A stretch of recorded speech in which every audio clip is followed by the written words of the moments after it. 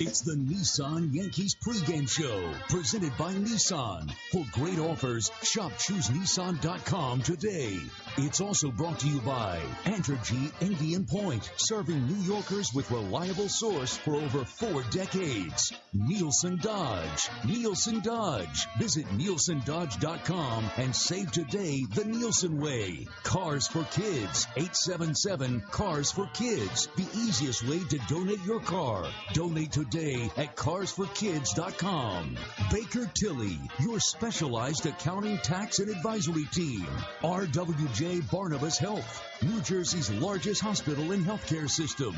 Smithtown Nissan. See Fina first at Smithtown Nissan. They're staying on top by keeping their prices at the bottom. Burden LLP Accountants and Advisors. The First National Bank of Long Island. The bank where everyone knows your name. Member FDIC. Empire City Casino. Game On. And Spectrum Triple Play.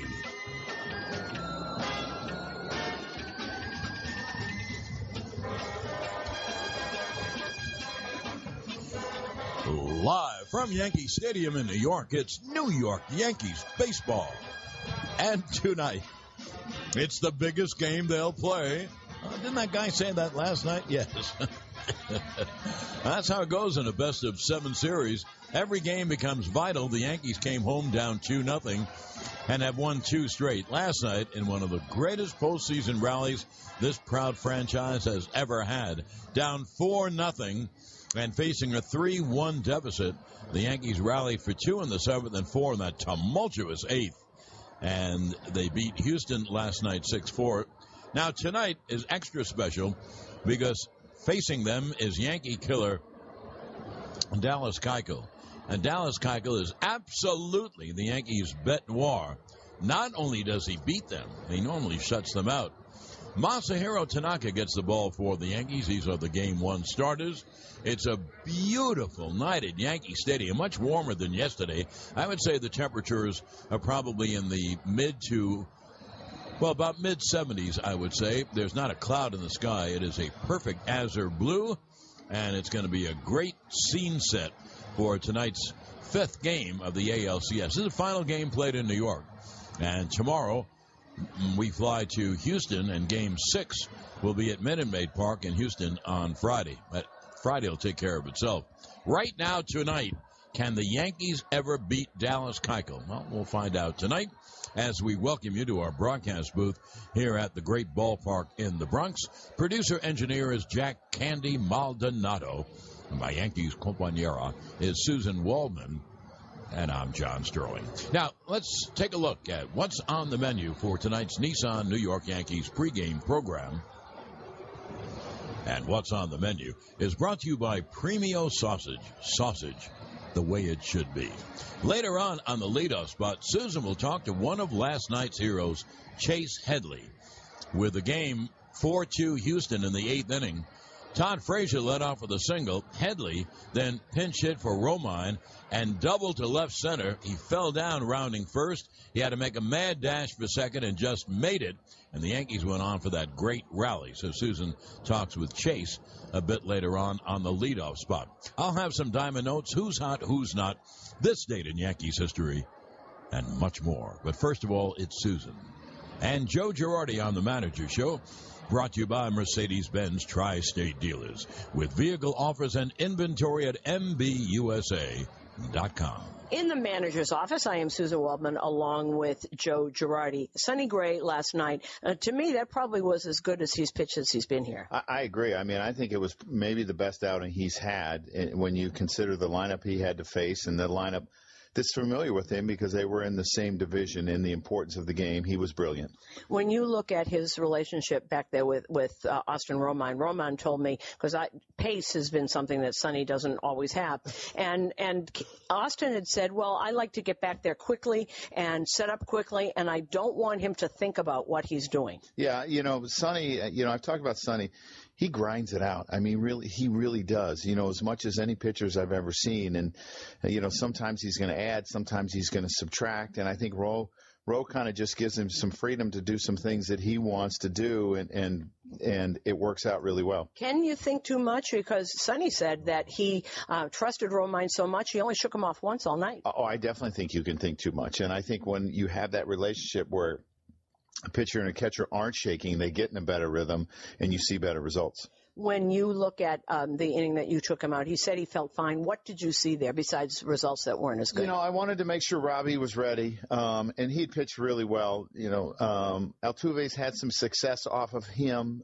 Correa has not, but neither one of them strike out against him, and I was looking for some strikeouts in that situation.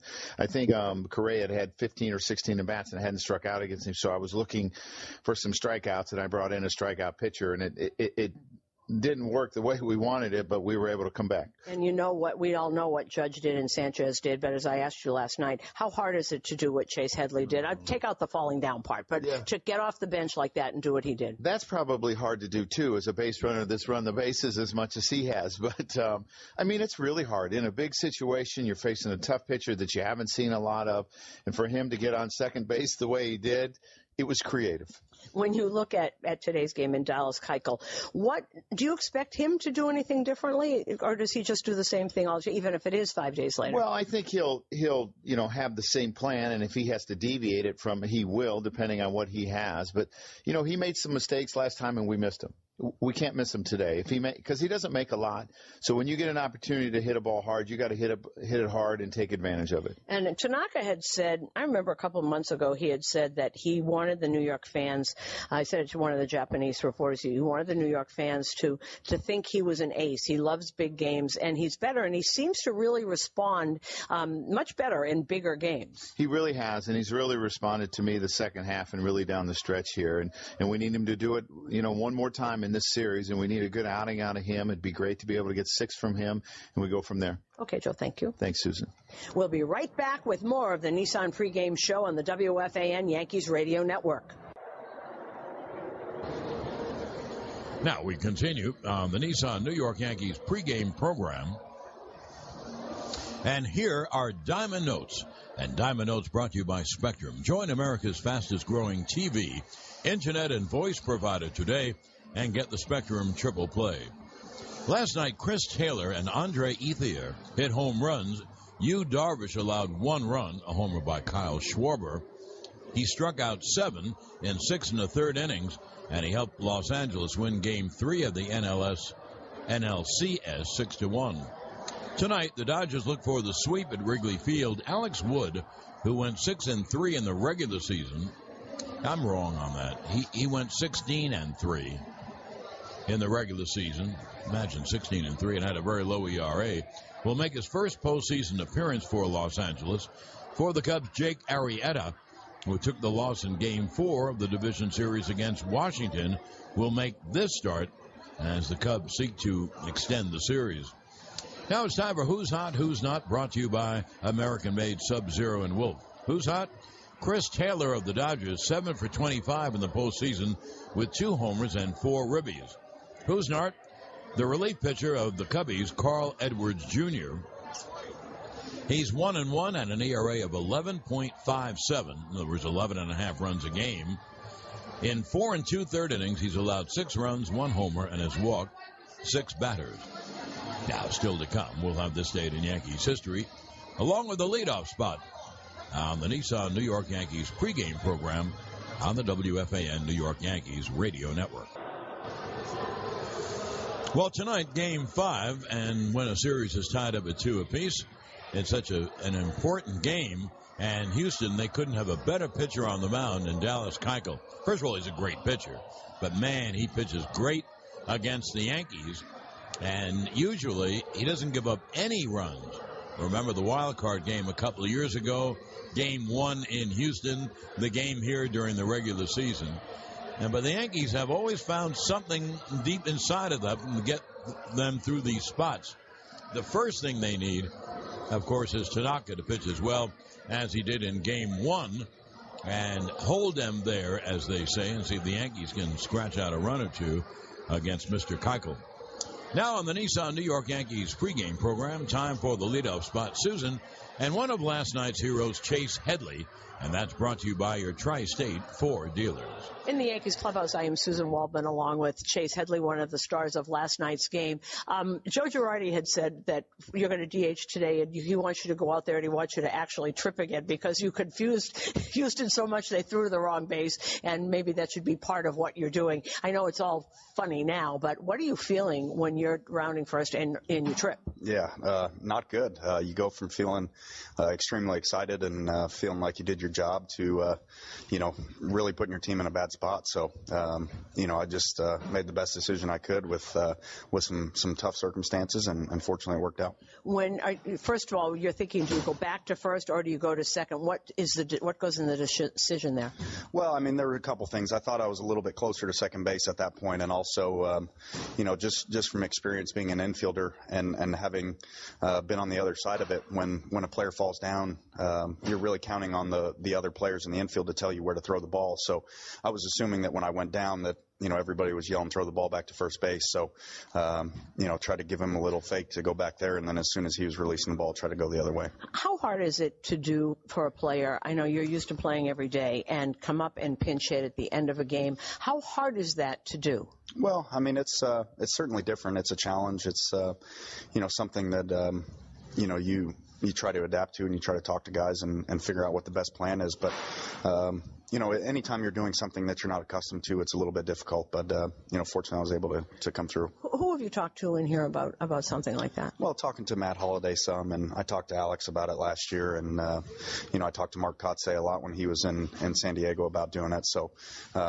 just through some experience in the game, you run into guys that have done it and done it pretty well, and you try to take a little bit from each of them. Joe had said that it was probably even more impressive because you had been preparing before already. He'd already said you were going to pinch hit if such and such happened. Is it mentally hard to do that twice?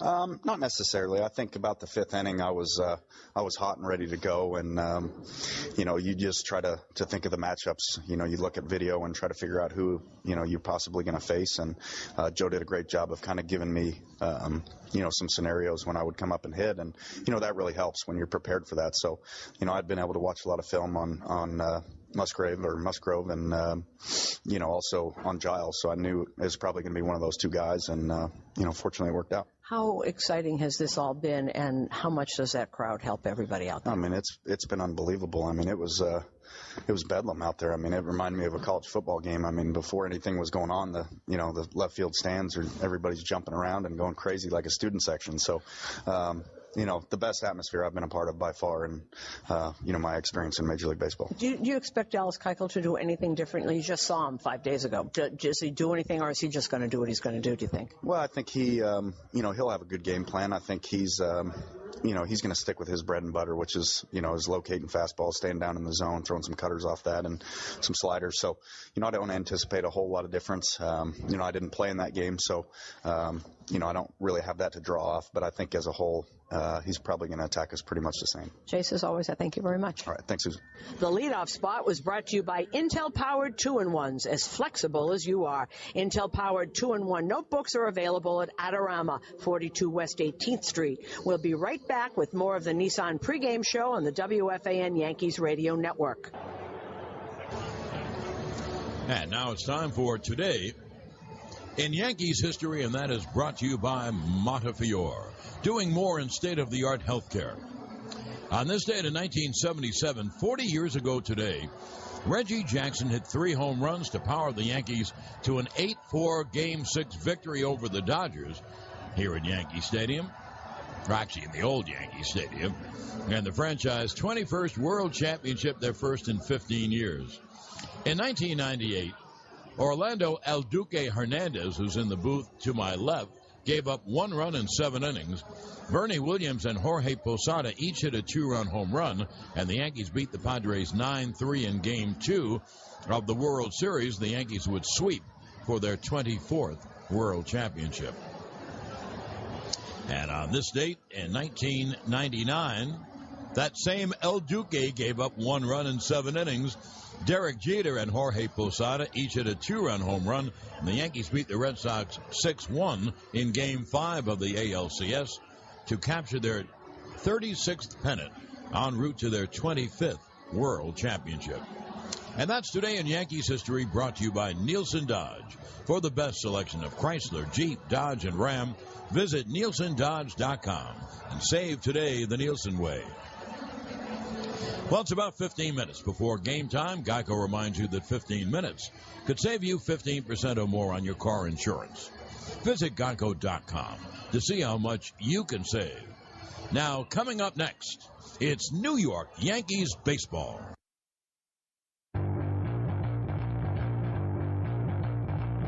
It's Yankees playoff baseball on the Fan. The pitch to Judge, swung on. A high drive to deep center. That ball is high. It is far. It is gone. Oh, what a Judgian blast. Swung on and line. Base hit. Right center field in the alley. Didi was running. Judge scores. Here comes Didi. He has got to score. Sanchez, a two-run double to the gap in right center. One of the greatest rallies I've ever seen. The Yankees get off the deck. 2 in the 7th, 4 in the 8th. They have a 6-4 lead. Chapman deals, swung on, a high pop. They're going to get it. Gardner in left field. Gardner makes the catch. Ball game over. Yankees win. The Yankees win. Yankees baseball is presented by Jeep, the most awarded brand of SUVs ever, and also brought to you by RWJ Barnabas Health, New Jersey's largest hospital and healthcare system. Domino's Pizza, the official pizza of the New York Yankees radio network. RSM, experience the power of being understood. Your Tri-State Ford dealers. Geico, 15 minutes could save you 15% or more on your car insurance. New York Presbyterian, amazing things are happening here. Your Tri-State Audi dealers and the all-new 2017 Audi Q5 SUV. Solino and Barnes. Don't wait. Call 8. Old Dominion Freight Line, official freight partner of the Yankees radio network and official freight carrier of Major League Baseball. Agera Energy. Power your world. Mercedes-Benz Tri-State dealers. Vehicle offers and inventory at MBUSA.com. Sunoco, proud to fuel the Yankees radio network. Victory Auto Group. Intel processor-based 2-in-1s, as flexible as you. New York City Department of Transportation and the Vision Zero Initiative. Chock full of nuts coffee. New York's heavenly coffee since 1932. Bronx Lebanon Hospital Center. Audi of Brooklyn. And American-made Sub-Zero and Wolf. And a very good afternoon, everybody, and welcome to Game 5 of the American League Championship Series, all tied up 2 apiece. Big game, obviously. This place is going to be packed, and it is a gorgeous day in the Bronx today. Not a cloud in the sky, temperature in the low 70s. Absolutely gorgeous. And the pitching matchups are brought to you by Chock full of nuts coffee, New York's heavenly coffee since 1932. It should be a great one for the Houston Astros. Their ace, Dallas Keuchel, who pitched 1 game, 7 innings against the Yankees, gave up no runs and 4 hits. And for the Yankees, it is Masahiro Tanaka who faced him. This is the 3rd time he has faced Keuchel, and he's lost both times, and maybe today is the day. We'll be back with the starting lineups and more after this. This is the WFAN New York Yankees Radio Network. Seton Hall picks 2nd, St. John's 6th in today's Big East basketball coaches poll. Pirates' Angel Delgado and Kadeem Carrington named first team All-League. More later, WFAN, WFAN-FM, New York. We're back here at Yankee Stadium, and today's starting lineups are sponsored by your Tri-State Audi dealers. For the Houston Astros, and they are managed by A.J. Hinch. George Springer is the center fielder, and he is leading off. The number 2 hitter is the right fielder, Josh Reddick. Jose Altuve is the second baseman, batting 3rd. Carlos Correa is the shortstop. He is the cleanup hitter. The number 5 hitter is the first baseman, Yuli Gurriel. Alex Bregman, the young third baseman, is batting 6th. Our friend Carlos Beltran, the DH, he is batting 7th.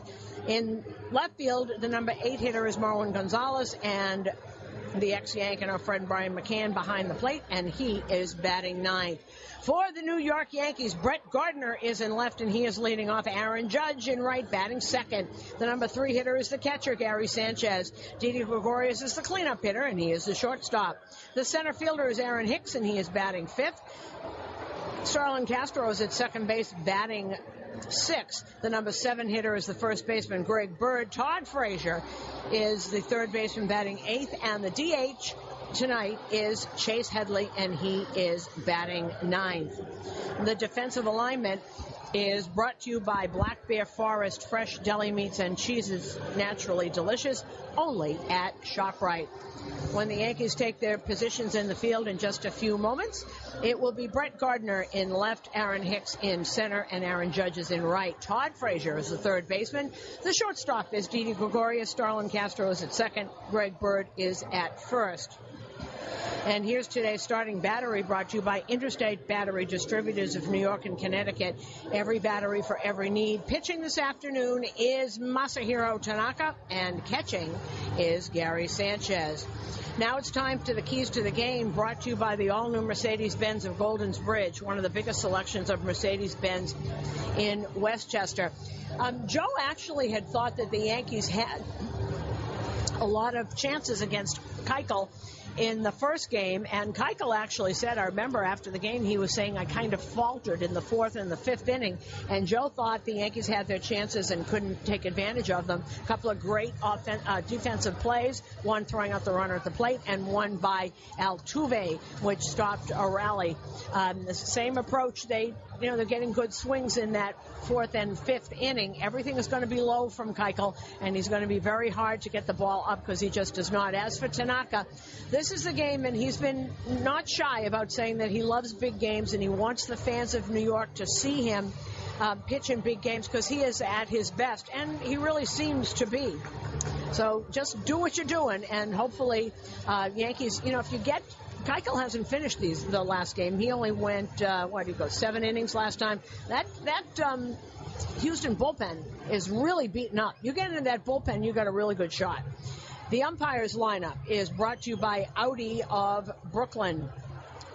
The umpires are not out on the field yet, but when they do come out, it will be Jerry Meals behind the plate. Jim Reynolds is the first base umpire. Mark Carlson at second base. Hunter Wendelstadt is at third. The crew chief is down the left field line tonight, and that is Gary Cederstrom. And the right field line umpire is Chris Cuccione. Today's game time temperature is brought to you by Brothers Supply, your number one source for ice, air, P-Tax, water source, heat pumps, and fan coils. The Yankees bringing out all the core 4 guys, all the 90s guys, and they're starting to stand as films of Andy Pettitte are on the scoreboard. So he is coming out. Listen to this crowd for Andy Pettitte. He is going to throw out the first pitch. And all of you who don't know this, give Andy Pettitte a big thank you tonight to yourselves, because it's Andy Pettitte who really helped CeCe Sabathia turn his career around. And looks like a pretty good strike right there to me, Andy Pettitte. Looking like he could just pitch tomorrow if you need him to. Tonight's game time temperature is brought to you by Brothers Supply, your number one source for ice, air, P-Tax, water source, heat pumps, and fan coils. It is a magnificent day. It is 72 degrees here in the Bronx.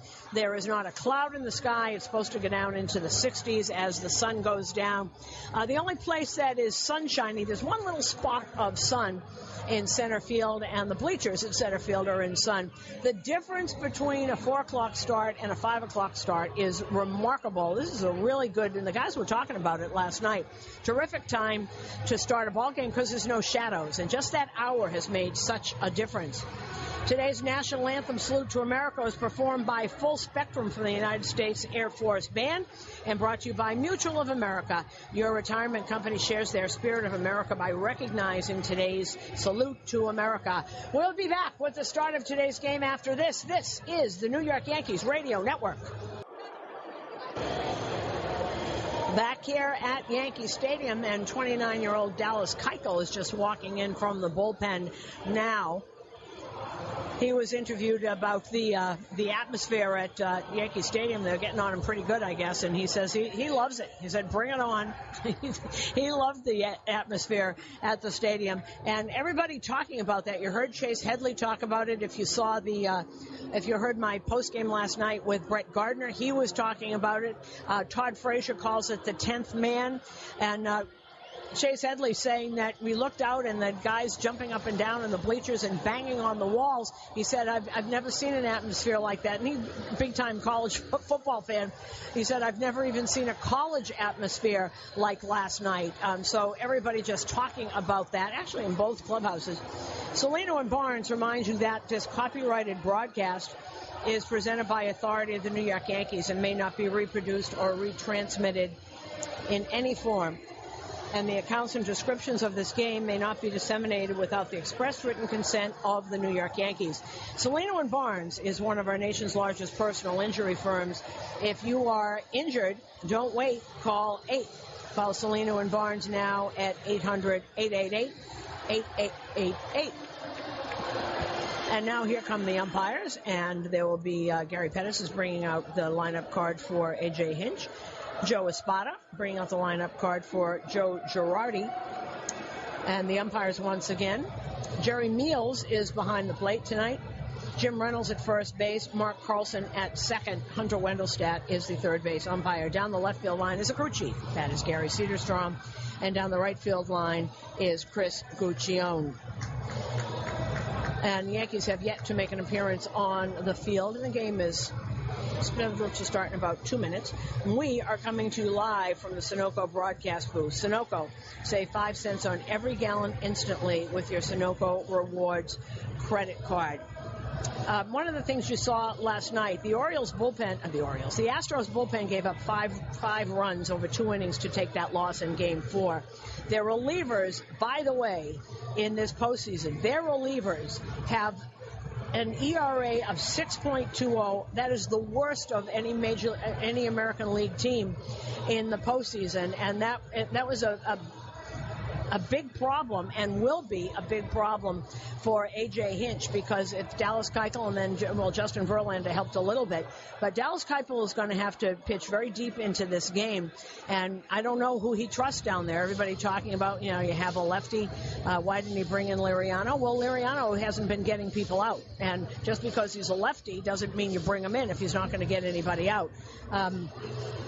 If something happened here, I guess you could go to Brad Peacock, who has an ERA of 1.77, and he hasn't pitched since Game 3 of the ALDS. Well, the Yankees being let out on the field by Aaron Judge, of course. And here comes Masahiro Tanaka. And we are coming to you live from the Sunoco broadcast booth. Sunoco, save 5 cents on every gallon instantly with your Sunoco Rewards credit card. I talked about this with Joe Girardi on the Manager Show about big games and Masahiro Tanaka.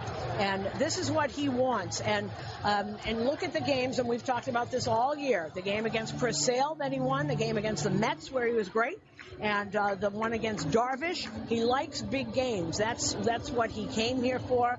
And he has allowed 2 or less runs in each of his last 7 home starts. That's 6-1, 1.10 ERA. Loves pitching here also. I loved what he said the other day. He wanted the fans in New York to think of him as an ace who loves to pitch in big games. And that's really what his body of work has said. He pitched very well against Keuchel. Gave up 2 runs in 4 hits in 6 innings, 1 walk and 3 strikeouts. In 2 games in these series in the postseason, 13 innings, 7 hits, 2 runs, 2 walks, and 10 strikeouts. This is the 3rd time he has faced Keuchel. He took the losses in both the previous starts. Pitched well. Keuchel pitched better.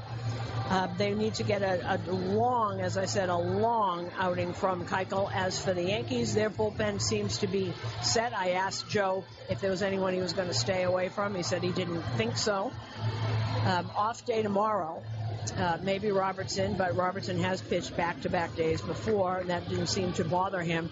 After the Yankees will fly to Houston tomorrow, there's an off day, and then the last 2 games will be Friday and Saturday.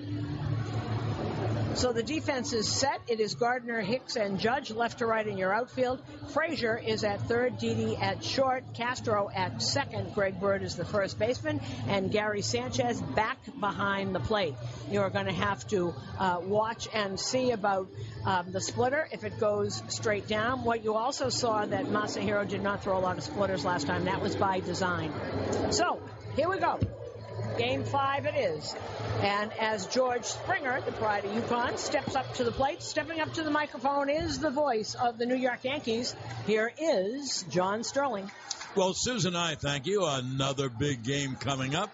We have them all the time, one after the other after the other. Now, this really is a big game. It's 2-2, and the Yankees would love to take a 3-2 lead going to Houston. George Springer's in the batter's box. The crowd is getting ready. Masahiro Tanaka ready to deal his first pitch. And the 5th game in this American League Championship Series is underway. And the first pitch is a little low. Springer checked his swing, 1-0. And the first pitch was 83 miles an hour. Choosing the pitcher is important. Your choices matter, too. Drive 25 in New York City. A reminder from the Vision Zero initiative. There'll be a 1-0 to the right-hand hitting Springer. And Tanaka deals. And the pitch low outside. Springer 8 for 31 in the playoffs with a homer and 2 RBIs. He's done very well against Tanaka. In the past, 4 for 9 with a couple of dingers. So Tanaka behind right away, 2-0. And there's a strike, breaking ball strike. Where it's true that Tanaka is pitching against Houston and not against Keuchel, you know the history of Keuchel against the Yankees. He not only beats them, he shuts them out. So obviously Tanaka has to have a big game in him, and he deals 2-1, and it's fouled back to the screen, and the count 2-2. It'll be interesting, John, to see the difference in a Keuchel, and I'm sure Houston is thinking the same thing about Tanaka. You know, facing him 5 days ago, this is the 2nd time in a series they're facing the same pitcher. You think the crowd is ready? Everybody's standing already. It'll be a 2-2 to Springer. And the pitch is swung on and popped up to right down the line. Judge in the corner makes the catch in the corner. That went a lot further than I thought. I thought it was just a fly ball to right. You know, Judge caught that ball maybe a step from the right field wall right in the corner. Well, he got it off the end of the bat. He's very strong. Just met that ball. No one away. Here is a left-hand hitter, Josh Reddick, one of the few in the batting order. Reddick is 6 for 29, no homers and 2 RBIs. And Yankees don't overshift, but Didi plays right near second, well in back of second, but right near it. Frazier in at third, and the pitch to Reddick is outside 1-0. And Reddick has not had a hit in this championship series. He's 0 for 13. Well, one thing I do want to say about the Yankee pitching, which seems to get very underrated, as Tanaka deals 1-0. They're struck. Houston won the first 2 games. They scored 2 runs in each game. Then they didn't score any in game 3. Oh, they got a run in the 9th inning when the Yankees walked a few people. Their bullpen, it was 8-0 at the time. And last night, even though they scored 4 runs, they got 3 hitted. Here is the 1-1. Grounded to first. Bird, backhand. Underhand flip to Tanaka in time. And they're a 2-way. So think of it, last night, they only got 3 hits. It happened that one was a 3-run double by Gurriel. And the Yankee pitching's been brilliant. It really has, but you know, when you have all these histrionics by Aaron Judge and Sanchez and then all the hitting stuff that was going on yesterday, you don't even think about the pitching. By the way, that was a terrific play by Bird to get that. And Masahiro Tanaka is as fundamentally sound fielding as he is pitching. But the backhand by Bird, that set that up. What a terrific play by him. Now, here is Altuve. Altuve, 13 for 29 in the playoffs, 3 homers and 4 RBIs. And Tanaka kneels, caught on him. This is a fastball that was up and away. Basically, Tanaka, everything down. Not very unlike Keuchel. Sinkers and splitters and sliders, and he tries to keep everything down. Now he'll change the eye level every now and then with a four-seam fastball, which he just did. And the 0-1 is fouled away first base side in the count 0-2. And that was a 91-mile-an-hour fastball. And he's been doing that a lot. This already is pretty much the same game plan as the game he pitched against them last time. Not a lot of splitters yet.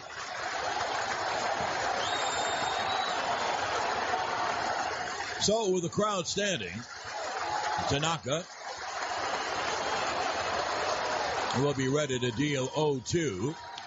Hit on the ground to third and booted by Frazier.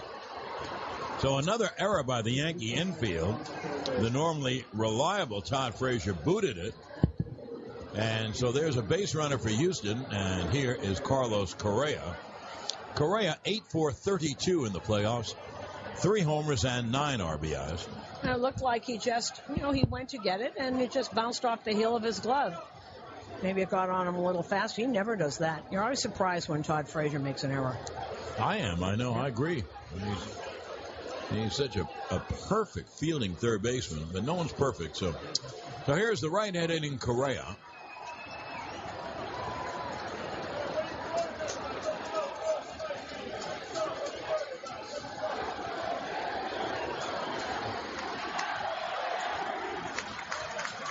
Now Tanaka holds the set high. And the pitch is grounded weakly to third. Frazier hustles, fields, fires. Got him by half the step. Beautiful play by Frazier after he booted one. No runs, no hits, 1 error, 1 left. And now at the end of a half, it's Houston nothing, and the Yankees coming to bat on the WFAN New York Yankees radio network, driven by Jeep. Well, here's Brett Gardner to lead it off.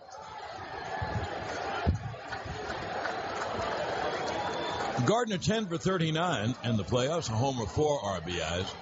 Now the question is, can the Yankees, after seeing Keuchel 5 days ago, can they do something against him? Can they? First of all, they have trouble scoring runs off Keuchel. In at third is Bregman to guard against the bunt, and now the left-hander deals, and the pitch cut out and missed. Keuchel during the year 14-5 and an ERA of 2.90. And 8 starts against the Yankees in his career, playoffs, regular season. 6-2 and an ERA of 1.09. And he'll deal 0-1 to Gardner. And the pitch chopped right back to Keuchel, who will flip the first one away. Yankees baseball is sponsored by your local Ford dealers. It's SUV season at your local Ford store. You can get big savings on the exciting lineup of Ford SUVs. Go to buyfordnow.com. Ford SUVs, always unstoppable. Here's Aaron Judge, who led the comeback. He homered to Monument Park in the 7th. In the 8th, hit a line drive off the left field wall for a double. Just missed his second home run in 2 innings. Judge is 7-for-37. In the playoffs, 3 homers and 9 RBIs. Now Keuchel on the hill. In his 2 playoff starts this year, once against the Red Sox, 1 against the Yanks. Pitch to Judge is a strike on the outside corner. In those 2 starts, 2-0, and the ERA is 0.71. He must have given up a run to the Red Sox. He didn't give any to the Yanks. The run the Yankees scored wasn't off Keuchel. It was in the 9th inning, a home run by Bird. There'll be an 0-1. It was off Ken Giles. Pitch to Judge. Strike. No, he didn't call it a strike, did he? No, he didn't. It was on the inside part of the plate. The count 1-1. Jerry Meals, the home plate umpire. Oh, 1-1 on Aaron.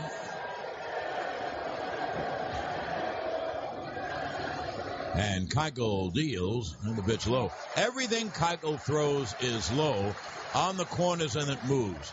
The cutter moves into the right-hand hitter. The sinker moves away from the right-hand hitter. The slider will move away from the right-hand hitter. That's what he throws. Everything down. The 2-1. Pitch outside. A lot of fastballs. But it's not a straight four-seamer. A cutter in and a sinker away. Those are both fastballs. There's a different movement on them. So Judge ahead on the count 3-1. And I'm looking at that pitch, John, and that's Keuchel. Everything with a purpose. He's seeing how far Judge will expand the zone, which he didn't. Pitch a strike on the inside corner. In and out, in and out. But the key is that his pitches move. They didn't move, they'd be hit. They're not just down, but they move. Well, here comes the payoff to Judge. And the pitch is caught on him, missed all the way in. And there are two away. And here is Sanchez. Gary, 7 for 41, 2 homers, 6 RBIs. I want to add to something Suzyn was talking about. Joe Girardi verbally is a very, very careful human being who never tries to say anything definitive. So if you ask him about the bullpen, I'm telling you, it's the 5th game of the ALCS, all hands on deck. There's none of this, well, he pitched yesterday. This is it. You know, there's an old saying when I was a kid, when they'd ask, is so-and-so ready? They'd say, what do you want me to do, save him for the junior prom? So all hands on deck, whether they pitched yesterday or not. He just can't say it. Now here is Sanchez. Hey, cuts and misses, strike one. Keuchel is like a magician. They have tough time putting the bat on the ball. 87 miles an hour, and someone was saying to me after game one, you know, it looks like it's right there, and then it disappears. It's a great description. 3 infielders on the left side. And Sanchez takes high, and the count 1-1.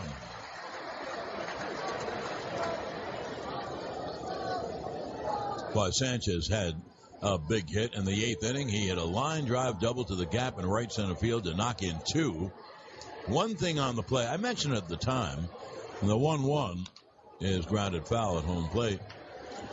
That really didn't mean anything, but on the pitch that Sanchez hit for the 2-run double to put the Yankees up by the score with which they won, Didi was running on the play. Yankees don't start runners very often. But he was running. So he could have walked home. It was a 2-run double. Didi was going on the play anyway, so it really worked out for the Yanks. That'll be a 1-2 to Sanchez. And Keuchel deals. Got on him, isn't he a magician? Those are cutters in on the hands. Everything moves. So 1, 2, 3. Go the Yanks at the end of 1, no score on the WFAN New York Yankees radio network, driven by Jeep. Second inning brought to you by Acme, the official supermarket of the New York Yankees radio network. So shop Acme, your local favorite supermarket. Here is Tanaka's first pitch of the second inning. It's a little low. Yuli Gurriel, the hitter, a right-hand hitter. He accounted for all the runs for Houston. A 3-run triple last night. Well, a run scored later on an error, but they only had 3 hits, and he had the biggest. Right-hand hitter, and the breaking ball is outside 2-0.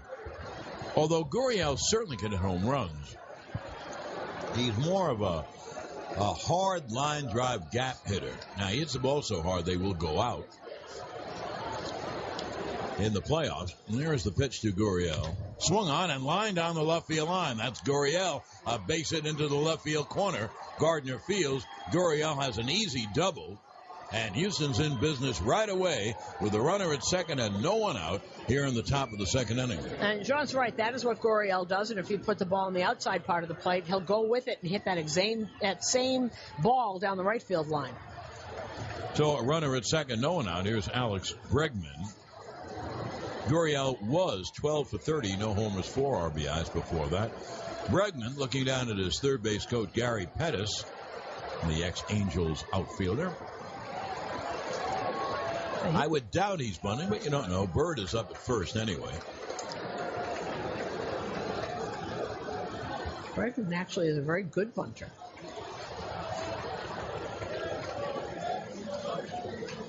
Now Tanaka deals, and the breaking ball is there for a strike. 0-1. Scoreboard update is brought to you by your Mercedes-Benz Tri-State dealers. See their vehicle offers and inventory at MBUSA.com. Game 4 in Chicago tonight at 9 o'clock. This could be it for the Cubs. Alex Wood making the start for the Dodgers and Jake Arrieta for the Cubs. Alex Wood hasn't pitched a lot lately. First career postseason start. It'll be an 0-1 to Bregman. Grounded to first. That gets the runner over anyway. Bird touches up. On to third goes Gurriel. Good job of hitting by Bregman. And there's a runner at third and one man out. Don't forget, the Yankees are facing Keuchel, who never gives up any runs to them. So every run Houston scores is a very big run. Here is Carlos Beltran, a switch hitter batting left. You know, one reason why Wood hasn't pitched is the Dodgers haven't lost a game. That's exactly. They beat Arizona in 3, and now they've beaten the Cubs in 3. They finally get to their fourth starter, Alex Wood. He was 16-3 this year. Beltran 3 for 14, no homers and an RBIs. Yankees bring the infield halfway. And the pitch is a strike. Well, I don't blame him. I would do that too. I'd move them up and see if they can stop a ground ball from scoring a run.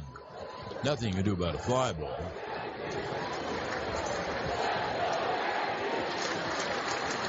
There'll be an 0-1 to Beltran.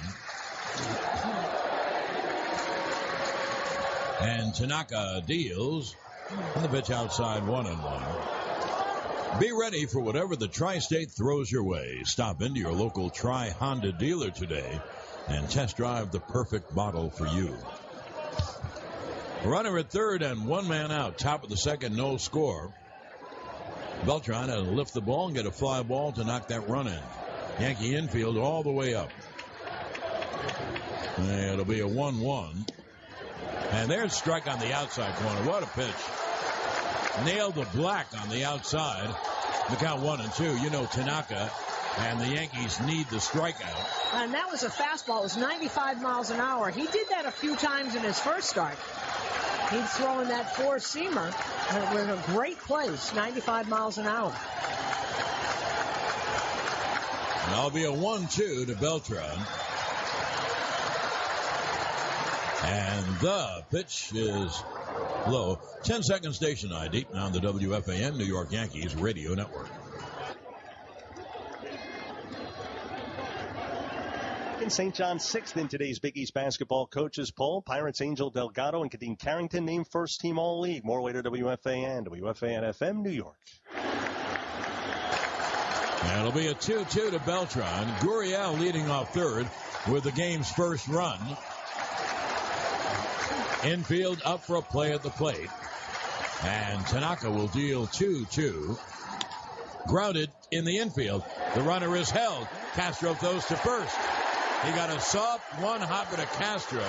Gurriel couldn't move off third, and there are two away. Well, it shows you immediately what the Yankees think of Dallas Keuchel to play the infield up in the second inning. Got to stop that run. I couldn't agree more, and you know what? I liked it. Me too. I actually like it, July 23rd against Kansas City. I hate to give up cheap runs, but against Keuchel, boy, you better try to hold him as little as you can. Well, 2 outs. And here is Marwin Gonzalez. He's a switch hitter batting left. Gonzalez 4 for 27, no homers and 2 RBIs. Well, he has 1 hit in this series. He's 1 for 12 in the championship series.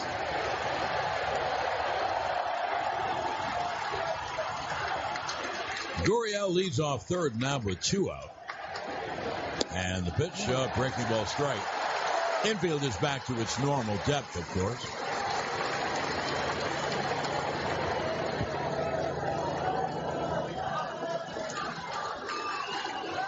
Now 0-1 coming to Gonzalez.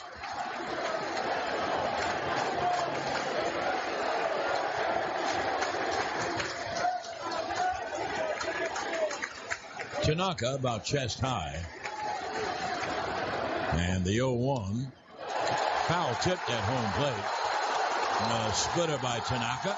And the count 0-2. Now that's a splitter that's actually a strike and doesn't get down into the dirt hard. With a runner on third, Tanaka being very careful, as is Sanchez.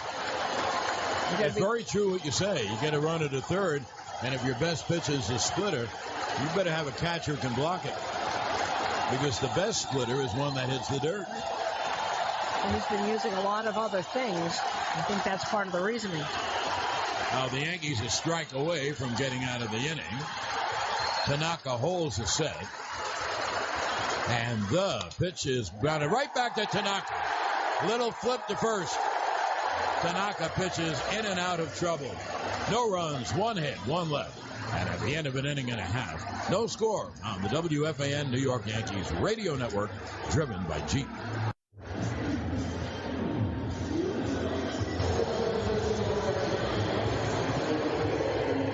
Official caps, t-shirts, hoodies, jackets, and more. Celebrate the Yankees postseason run with the latest postseason gear at MLBshop.com.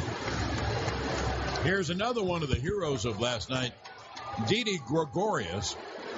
Didi had a triple in the 7th inning and scored to make it 4-2, and had a big single that set up Sanchez's 2-run double in the 8th. Lefty to lefty pitch.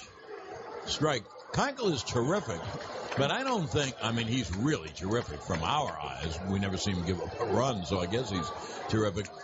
But I don't think he really intimidates left-hand hitters. I think he's just tough against everybody. And 0-1. Here, Didi, a left-hand hitter, lefty to lefty. And the pitch low inside. Didi, 9 for 36, 3 homers and 6 RBIs.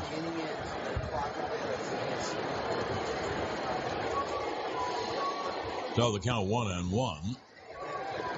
In at third is Bregman to guard against the bunt. And the pitch is low. Of course, every pitch is low.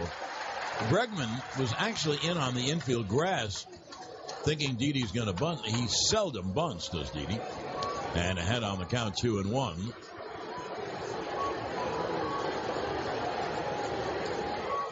And Keuchel's 2-1. Grounded foul off of first. Of course, if you keep the ball down like that and moves, what a combination. Get a lot of ground balls. Also strikeouts. Tough to hit a ground ball out of the arena. I don't care how short the fences are. So that's the job that Keuchel does. Keuchel during the season, lefties hit 146 off him. Righties, not much better, 238. Keuchel was 14-5, so somebody beat him, but the ERA, 2.90. In the American League, that's outstanding. Here's the 2-2. He struck him out swinging. 3 straight strikeouts for Keuchel. I'd say one good thing. This is the last time the Yankees will see Keuchel this year. Although in series past, in this situation, we've seen Randy Johnson, let's say, pitch game 5 and then come out of the bullpen to pitch a couple of innings in game 7. Right. Well, the Yankees have to see that. Well, 1 away. And here is Aaron Hicks. He's batting 5th, to get the lefty down in the lineup. Hicks a switch hitter batting right. Aaron, 9 for 37, a homer, 5 RBI. And the pitch is grounded toward the middle. Grabbed by Correa. Throws off balance in time. Got him by half a step. Very nice play by Correa to Didn't Randy also do that as a Mariner? Yes, yeah, absolutely. And then in Arizona. Game 5. Yeah, absolutely. we saw him do it in 2 different uniforms. Yep. Yes is the answer. And he was great both times. Yeah. Here's Starlin Castro, who's 9 for 40 in the playoffs. No homers and an RBI. And we just saw that play again. How good is Correa? It's just that he gets it and got a tremendous arm. Well, as he was getting the ball, in effect, he was running toward right center, so he had to twist his body and made a perfect throw. And he is terrific, no question. Castro with 2 outs, no one on. And the pitch is high, 1-0. It's amazing the ability Keuchel's had against the Yankees. Of course, everyone remembers the wild card game when he shut them out. And then this year, I think he shut him out. Then he shut him out in the playoffs. And there's the 1-0. Swung on and line at deep left center field. Back goes Gonzalez on the track off the wall. And Gonzalez fields it off the wall and fires in a double for Castro. So Keuchel can be hit. And that was a line drive double that hit off the visitors' bullpen wall in left center field. And McCann going out to talk to him about that. I wonder if he just really missed the spot. McCann was set up inside, and that just came back over the middle of the plate.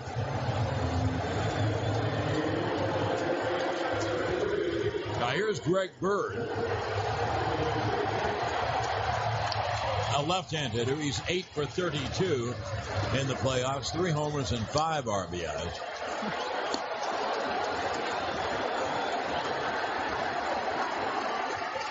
One thing about Keuchel on that pitch, he didn't get it all the way down. Well, Castro had a great rip. Bird takes a pitch inside 1-0. Because you have to give Keuchel credit for one thing.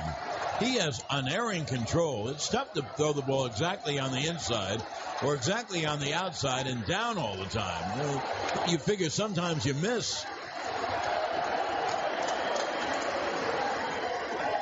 Now here's the 1-0 to Bird. Man, the pitch low inside 2-0.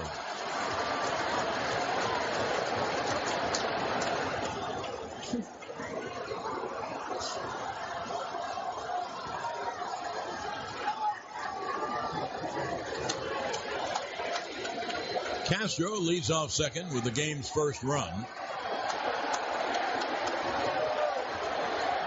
And here's the 2-0 to Bird. Swung on in line, base hit, over first, down the right field line, into the right field corner. Scoring is Castro. It is a ribby signal for Greg Bird. Another bullet over first down the line, and the Yankees take a 1-0 lead. And just think that lefty Greg Bird, how hard is that to do? A guy who I just gave you the splits against lefties. And, John just said it perfectly. That was not down. That was a little above the knees. And he did not get it where he wanted. He wanted a little more inside, but it was not down where he usually throws that ball. Now here's Todd Frazier. Wow. Todd in the playoffs, 8 for 33, a homer and 5 RBIs. 2 big line drive hits in a row. Frazier takes low outside. There's the sinker bending away from the right-hand hitter. If a player had good speed, that would have been a double, but Bird does not have good speed. He did the right thing holding up. He got the base hit. He knocked in the run. He gave the Yankees a lead. The first run they've ever scored off of Keuchel in the postseason. Here's the 1-0. Breaking ball strike. And you know what? That was a high breaking ball. Who knows? Maybe Keuchel won't hit all the spots today. Maybe. Well, he hasn't so far.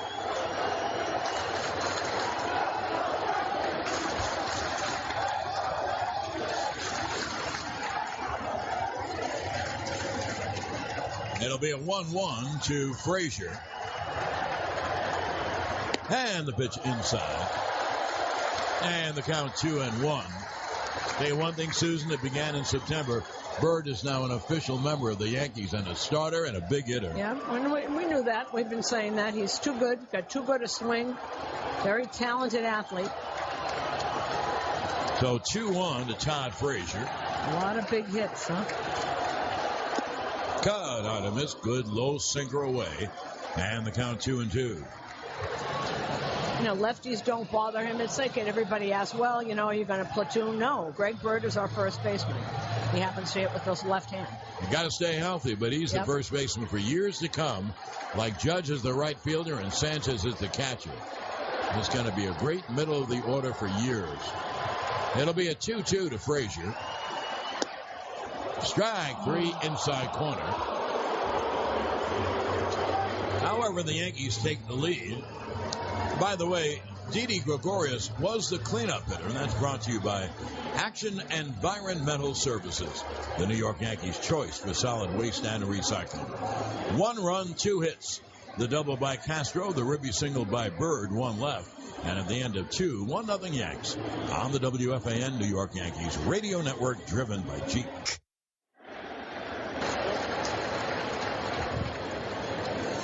Brian McCann leads off for the Astros in the third. He takes a strike from Tanaka. 1-0 Yankees, top of the third. McCann, a left-hand hitter, batting ninth. And the pitch cut out of miss. And the count 0-2.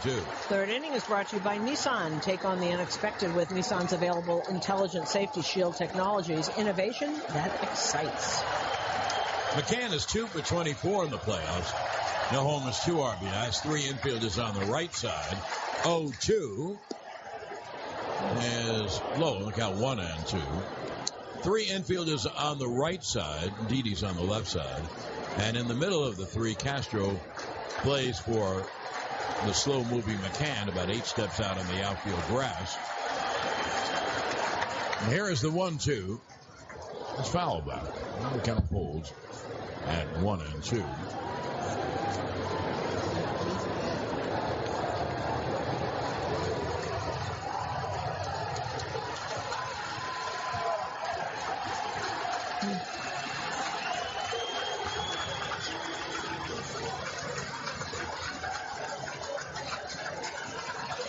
Now, here is Tanaka's 1-2 to McCann. Struck him out swing splitter. And that splitter was so good, McCann wasn't near it. That broke where his splitter should break against lefties down and away. So they're 1 out. Now the strikeout number 1 for Tanaka. Back to the top of the order. Mira's right-hand hitting George Springer. And that, of course, as John just reported, was Tanaka's first strikeout of the game. That's brought to you by Larchmont Mitsubishi. We commemorate a lot of things. We do. They deserve to be commemorated. Yes. Springer takes a strike. George fly to right. He fly deep to right. Right in the corner. Judge caught it. Maybe a couple of steps from the wall. The outfield does play him to hit toward right. Hicks is over in right center by about 5 steps. The 0-1 is low on the count 1-1. I remember it was the last start that Tanaka had where he took that line drive right off the top of his leg. A little black and blue on the left side, but seems to be fine. Severino cleared to be fine. He thought he had a shoulder problem. Not at all. He's ready to go. 1-1 is inside in the count 2-1. Severino would pitch 6. And if there's need be for Game 7, it'd be CC. Which really works out very well. Boy, doesn't it, though?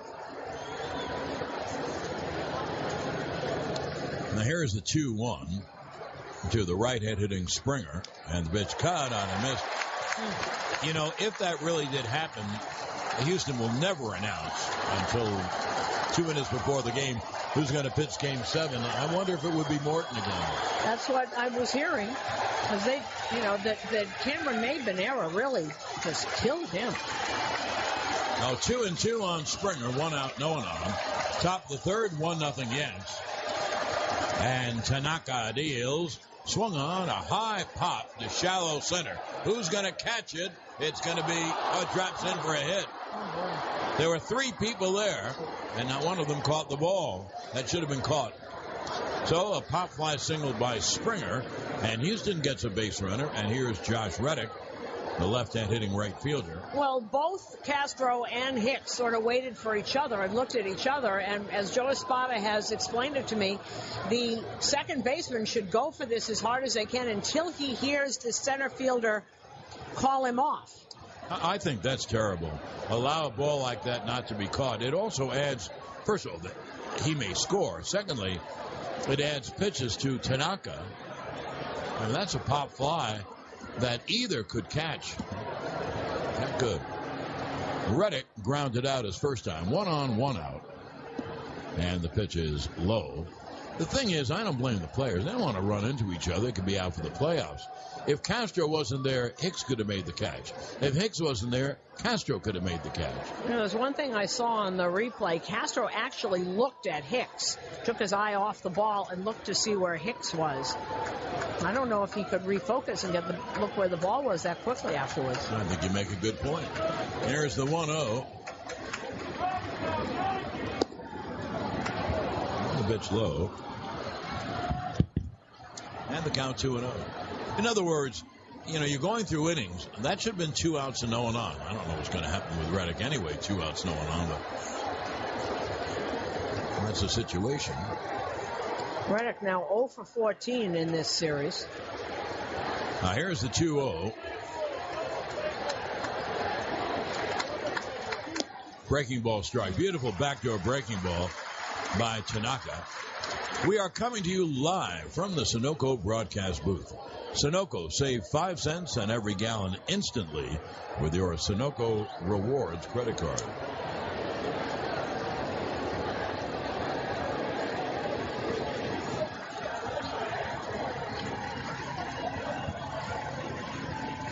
Tanaka behind 2-1, throws to first. Springer's back.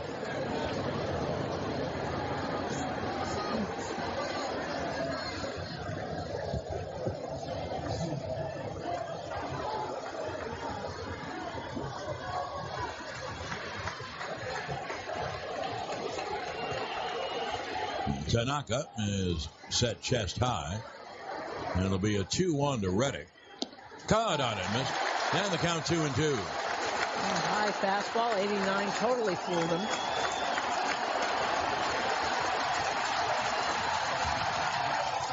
Now 2-2 on Reddick.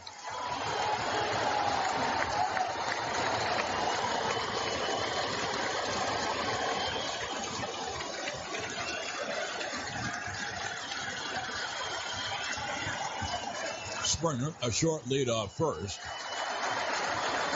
And Tanaka deals outside, way outside, 3-2. A pretty tough cookie on deck, Jose Altuve, the American League batting champion. I was looking around. There were some empty seats before. It's not easy to get to this ballpark at 5 o'clock. Now every seat is taken.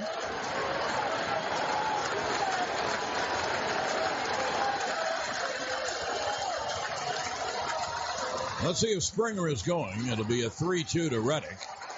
Throw to first. Diving back, Springer.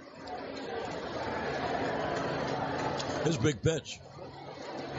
Even though a run may not score, ball 4 would mean Altuve and Correa coming up with 2 on base.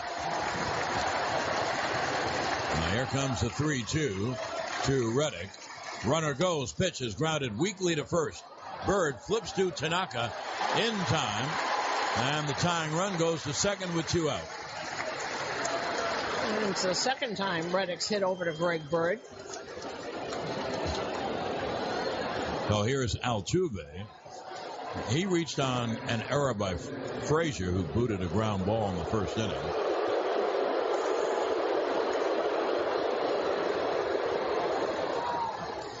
Meanwhile, Sanchez is on the hill talking to Tanaka.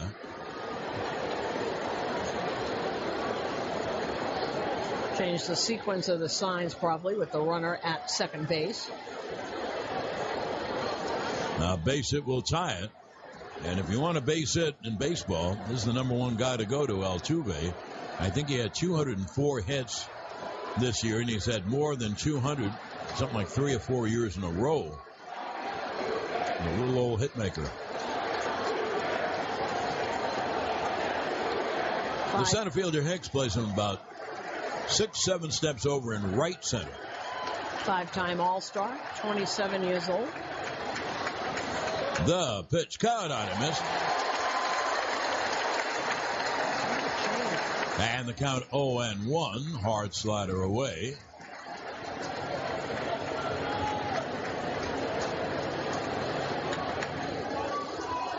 Now Altuve takes a moment out.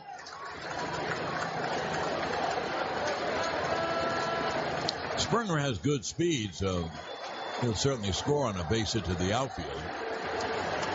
It'll be an 0-1 from Massa. And the pitch is low outside, 1-1. Altuve won his 3rd straight batting title.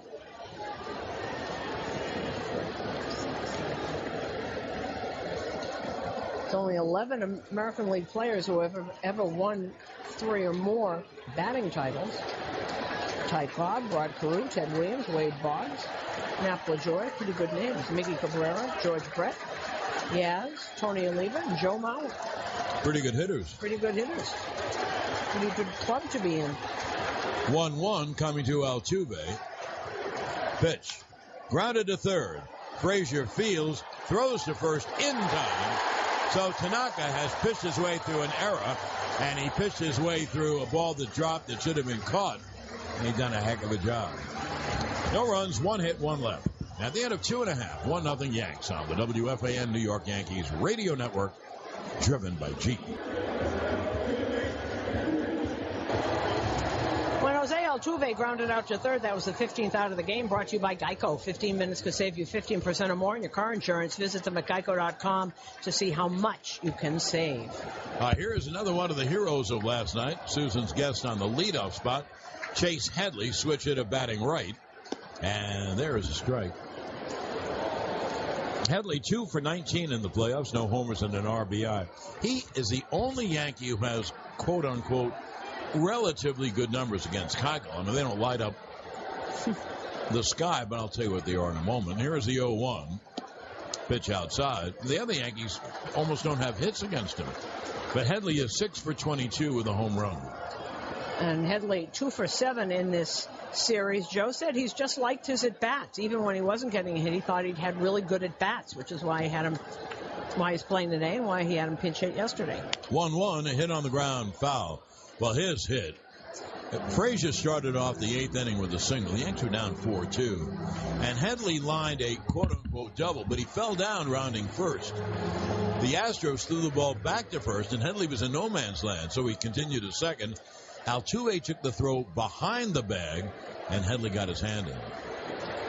Now, was that a biggie? There'll be a 1-2. And now Headley steps out. And why did he not go back to first? Because Headley told me that he heard everybody yelling first. So he knew that Perry was going to throw the ball to first, which is why he went to second. 1-2. Pitch low. I also like what he said, which is really right. He was a little bit more towards second than first. Mm-hmm. And he just got in. I mean, it was bang, bang. He did get his hand on the bag, and then the tap came. Gardner, then second and third, grounded to second. Even though he was thrown out, 1 run scored 4-3. The tying run went to third. Here's the 2-2. Pitch low. And then Judge ripped a double off the wall to tie it at 4. Didi had an infield single, and Sanchez line bunt up the gap in right center for a 2-run double. As I mentioned, Didi was going. He scored easily, and the Yankees won the game 6-4. And the place went nuts. Now here comes the payoff to Headley, leading off the bottom of the third. And the pitch line, there's a base hit center field. So Headley lines a hard single, and a good start to the Yankee third inning. Now he's starting to get hit after hit and have really good at-bats, and this is a good time to do it. He's been through a long year, Chase Headley. Moved off his position, then sat. If I didn't, 10 seconds station ID on the WFAN New York Yankees radio network. Nets open their season tonight. It's the Nets and the Pacers in Indiana. Steve Summers follows Yankees baseball on WFAN and WFAN-FM New York. John Sterling, Suzyn Waldman, Yankee Stadium, 1-0 Yanks, bottom of the third. You know why Headley hit that hard line drive single? Keuchel missed. He can't throw the ball where you want to all the time. He had the pitch to Gardner. He bluffed a bunt, takes a strike.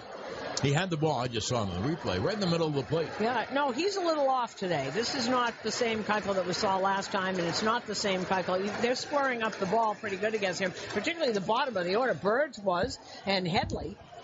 3 of the last 4 hitters have hit Keuchel very hard. The double by Castro, the ribby single by Bird, and now the single by Headley. Gardner grounded out back to the mound his first time. Lefty to lefty pitch. Swung on and grounded weakly to first. The throw to second is in time. That was a good play by Gurriel. He didn't hesitate. He got it, and he got the lead run. A very good play. The force out goes 3-6.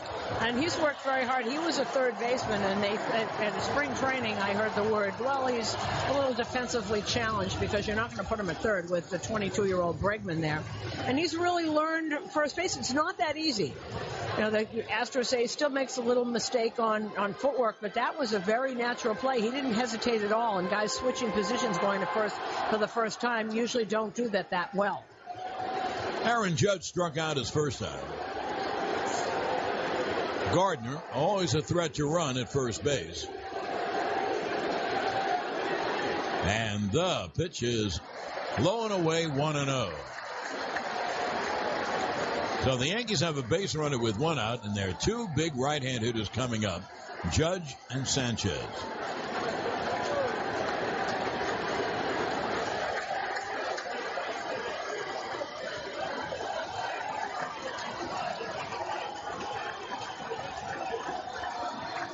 It'll be a 1-0. Caught on miss off speed. He was way out ahead. And the count 1-1. Down and in. Good pitch. New York Yankees baseball is sponsored by your local Ford dealers. It's SUV season at your local Ford store. You can get big savings on the exciting lineup of Ford SUVs. Go to buyfordnow.com. Ford SUVs. Always unstoppable. There's the 1-1. Hit on the ground, fair, over third, down the left field line, rolled to the left field corner, extra bases, Gardner flying around third, they're going to send him, the relay throw home is not in time. It is a ribby double for Aaron Judge, a hot shot over the bag at third.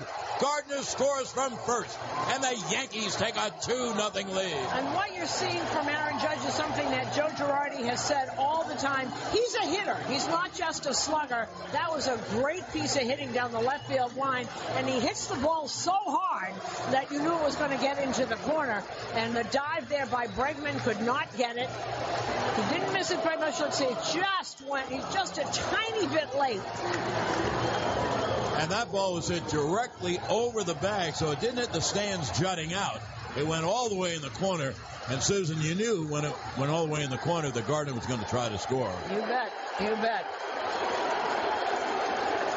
Now, Judge gets his 10th RBI in the playoffs. Here is Sanchez with his buddy at second base, one out. 2-0 Yankees, bottom of the third.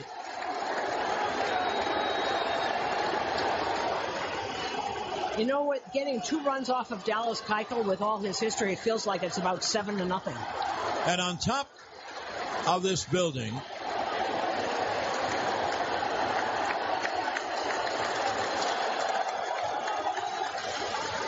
now here's the pitch to Sanchez. Caught on a miss. On behalf of this building, this is the building that the boss built. It is now just as loud and just a great home court advantage as the stadium that Ruth built. So this playoff has been great for this ballpark, and this ballpark is very proud of it. You know what this shows? The fans, they love this team. They love these players. I would agree. They have so many young players. They play so hard all the time. And it's a good group, and it's just beginning. Remember that. It's just beginning. That'll be an 0-1 to Sanchez. Judge off second. And the pitch low. And the count 1-1. Yankees probably are being very patient, waiting for Keuchel to get the ball up. Now, you have 2 strikes on you, then you're on your own. I mean, then you do have to expand the zone. But until you have 2 strikes. And the Yankees are hitting every Keuchel mistake. And not big mistakes. I mean, he's not throwing beach balls up there, but just when the ball gets up in the zone, it'll be a 1-1. Caught on a miss. That was down in the zone in the dirt. And the count 1-2.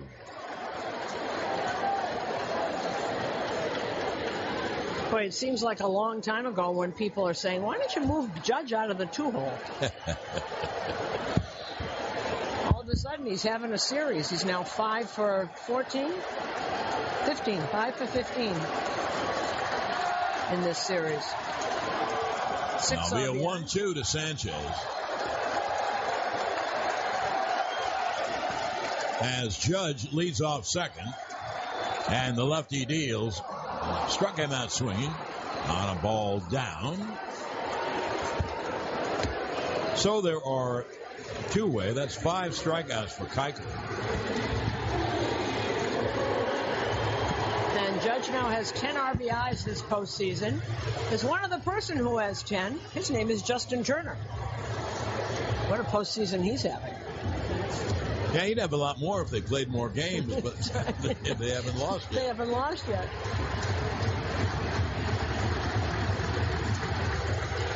Now 2-8, here's Didi.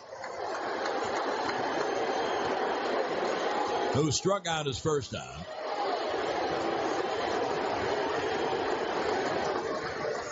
The lefty Keuchel ready to deal.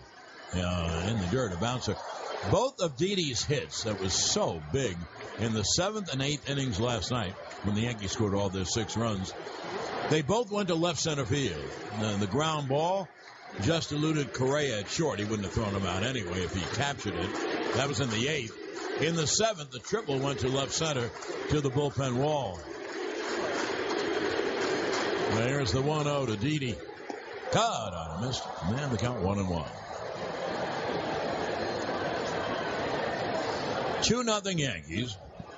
A double by Castro, a ribby single by Bird last inning, and this inning, a single by Headley, forced by Gardner, and then with Gardner at first, he scored on the ribby double by Judge.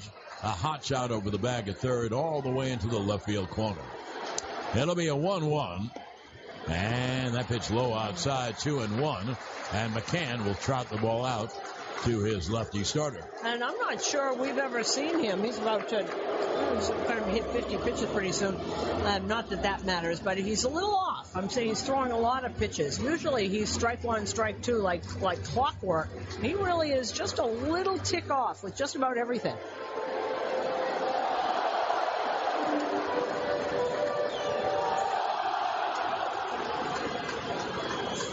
It'll be a 2-1 to Didi. Judge off second. Altuve plays behind his lead.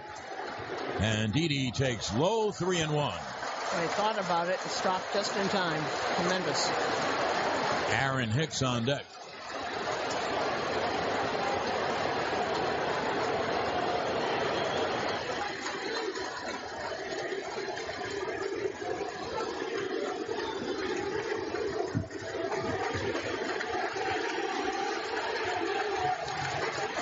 Be a 3-1, and Didi Cox have misses, so the count goes full 3-2.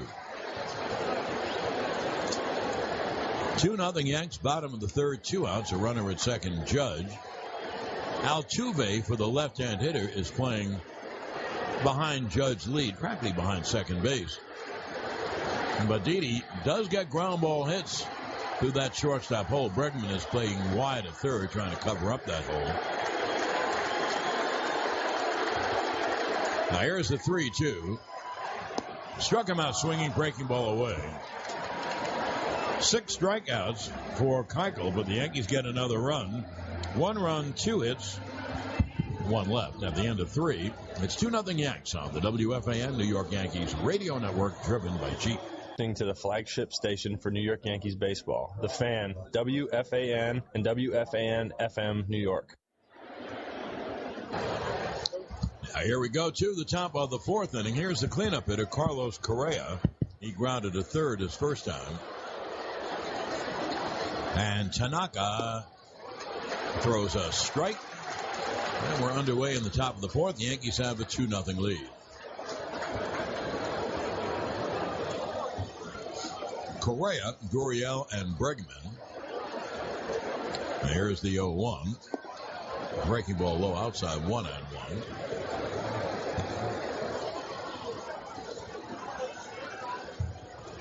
I think Suzyn has a scoreboard in this inning. A lot of scores to run through. A lot of scores. One little old game. Thank you for reminding me. Here is the 1-1. Hit on the ground to short. And Didi to field and throw. 1 away. And the scoreboard update brought to you by New York Presbyterian. Amazing things are happening here. Dodgers can end it tonight. They haven't lost yet in the playoffs. Is this the same team that lost 20 out of 25? Remember going down the stretch? They were losing crazy every day. Isn't that crazy? It's amazing. Of course, they proceeded by winning, I think, 41 out of 50. But Alex Wood gets his first career postseason start. Jake Arrieta goes for the Cubs. Cubs look awful. They're not hitting. They're not. Bullpen is a mess. Now here is Gurriel. And he takes high. Gurriel had a big hit. And there are 2 hits. One was a pop fly the Yankees should have caught.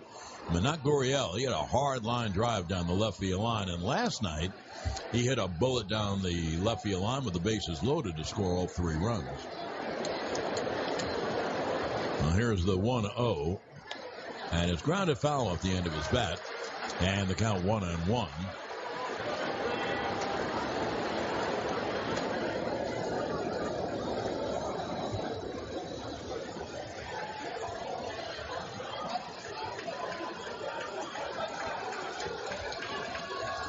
Now here's Tanaka's 1-1 to the right-hand hitter.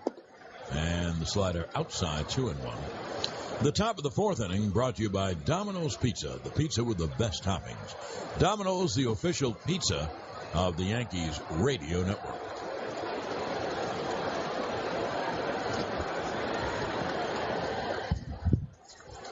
It'll be a 2-1 to the right-hand hitter. Grounded foul off of third. The Yankees and the Astros. Astros probably leave after the game tonight. Yankees are leaving tomorrow. Game 6 Friday, Thursday an off day. Game 6 Friday in Houston. And back home, that'll be an 8 o'clock game. We'll be on at 7:25. Now here comes the 2-2 from Tanaka. And the pitch low, 3-2. Probably a split. It was in the dirt.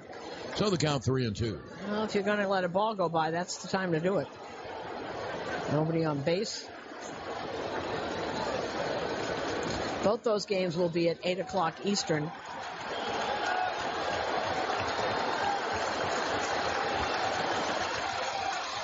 Now, here is the 3-2. Struck him out swinging. Splitter. Second strikeout for Massa. And there are two. You made a very good point, I think, with Girardi about how terrific Sonny Gray was last night and how much he picked up the pace. Because that's Romine, and that's one of the reasons that Romine is there. Romine has always said, I'm one of these guys, I like to get the ball, throw it back, set, so he has to go. And then he said, I thought this was a great thing. He said, I don't want him thinking out there. True. Not true. Well, we all know it. You can overthink any situation in sports, not a good thing. Two-way, here's Bregman, and a breaking ball strike. Bregman grounded to first. He kind of gave himself up. He had Gurriel at second and no one out. Well, he got him to third, but the Astros couldn't score him. You know what Sonny told me yesterday? He told me that he shook off Austin Romine once, all night. That's all. Did whatever he said. That'll be an 0-1 to the right-hand hitter. And pitch low. And the count 1-1. And I really do agree with you about Tanaka. He seems to be a big game pitcher. Every time there's a big thing. Yep. Now, he did pitch much better in the second half. Tanaka with 13-12 and an ERA of 4.74.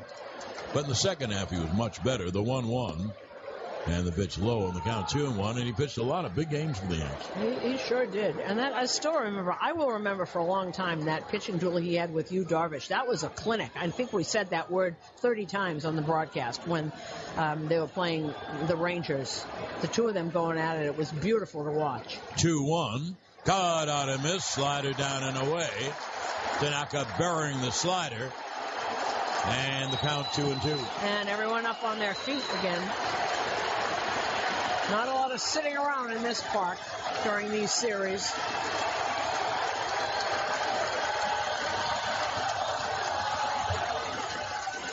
Here's the 2-2. Grounded to third. Frazier near the bag. Throws to first. In time. 1-2-3 for Masahiro. And at the end of 3.5, 2-0 Yanks on the WFAN New York Yankees radio network, driven by Jeep.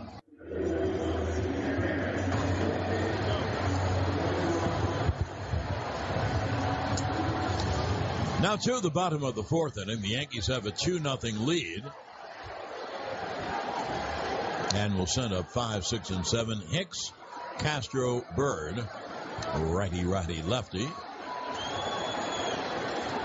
A double by Castro, a single by Bird for the first run. And a double by Judge knocked in Gardner with the second run. Headley had singled, Gardner forced him.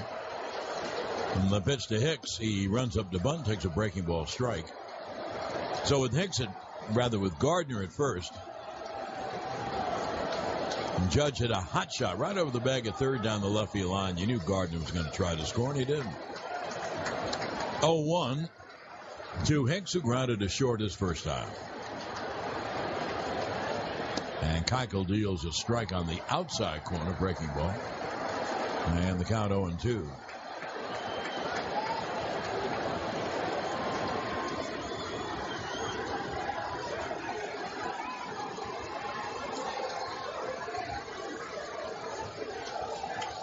And here's the 0-2. Swung on. A high pop to shallow right. Altuve out calling. And makes the catch, and there is one away. Now one down. And that will bring up Castro. Castro got a pitch to hit his first time up, and hit it he did. He banged a double off the lower part of the bullpen wall in left center.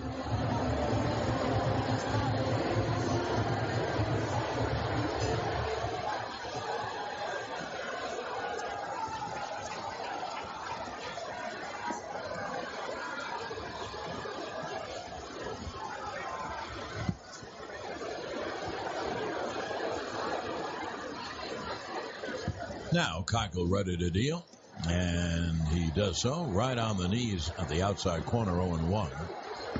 That's a perfect Keuchel pitch right there. A little sinker running away from the right-hand hitter.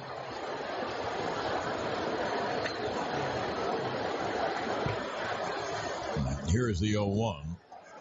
That's low and in, and the count 1-1. 2018 Yankee season tickets are now on sale. Reserve your seats for 2018. Enjoy significant savings and flexible payment options.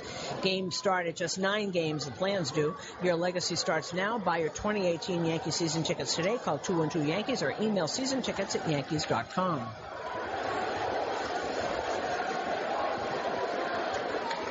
Here's the 1-1. Grounded foul off of third. And the count 1-2.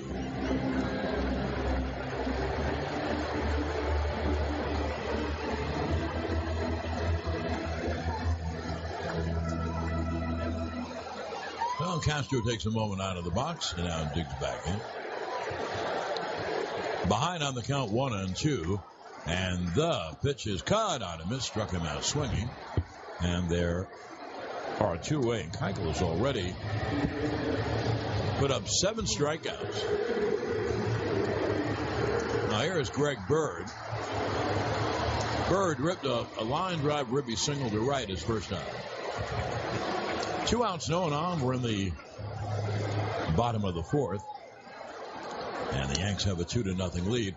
The 4th inning brought to you by Cars for Kids. Donate your car today and have it picked up by tomorrow. Lefty to lefty. And the pitch low. 3 infielders on the right side. 10-second station ID on the WFAN New York Yankees radio network. Roger Goodell says the NFL's not changing its national anthem policy. Players expected to stand for the anthem, but it will not be required. Steve Summers after the Yankees on WFAN and WFAN-FM New York. John Sterling, Suzyn Waldman back at Yankee Stadium. Bird takes a strike on the outside corner. The count 1-1. 7 strikeouts means he's not getting the ground balls he usually gets. 1-1. And it's punch foul third base side out of play.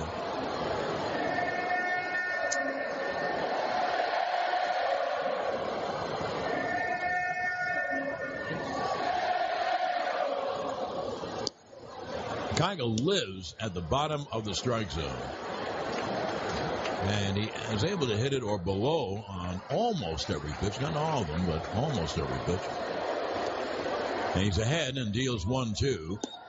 Strike 3 outside corner. Well, he's averaged 2 strikeouts an inning, 8 strikeouts in 4 innings. The Yankees 3 up and 3 down. And at the end of 4 innings of play, it's 2-0 Yanks on the WFAN New York Yankees radio network driven by Jeep. Now to the top of the 5th inning, 2-0 Yanks. Carlos Beltran leads off, bottom third for Houston. All lefties, breaking ball strike. Beltran a switch hitter batting left. Gonzalez, a switch hitter batting left, and then a left-hand hitter, Brian McCann. 3 infielders on the right side against Beltran. And the 0-1 is low. It's time for the P.C. Richard & Sons strikeout total. The Yankees have a total of 2 strikeouts. The Astros have a total of 8. P.C. Richard & Son is the official appliance, electronics, and mattress retailer of the New York Yankees. P.C. Richard & Son celebrating 108 years in New York. 1-1. That's a backdoor breaking ball strike.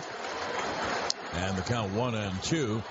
Tanaka has thrown 61 pitches, so a little less than 15 per inning. It'll be a 1-2. A high pop foul off third. A long run for everyone, but it's in the stands. A long run for everyone because 3 infielders are on the right side. And Didi had a long run because he was really shading Beltran up the middle. So actually there's no one there. Gardner ran over as well, but is in the seats. Now the count 1-2.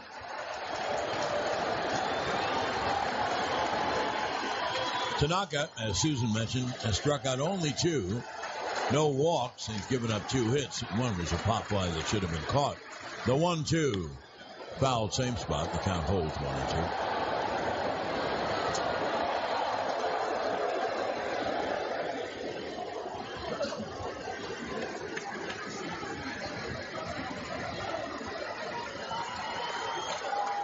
Beltran grounded to second his first time.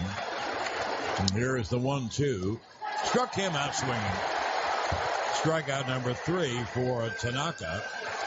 That was the only problem Tanaka had. Gurriel doubled to lead off. Bregman really gave himself up. He had a ground ball to the right side to get him over to third. But the infield came up.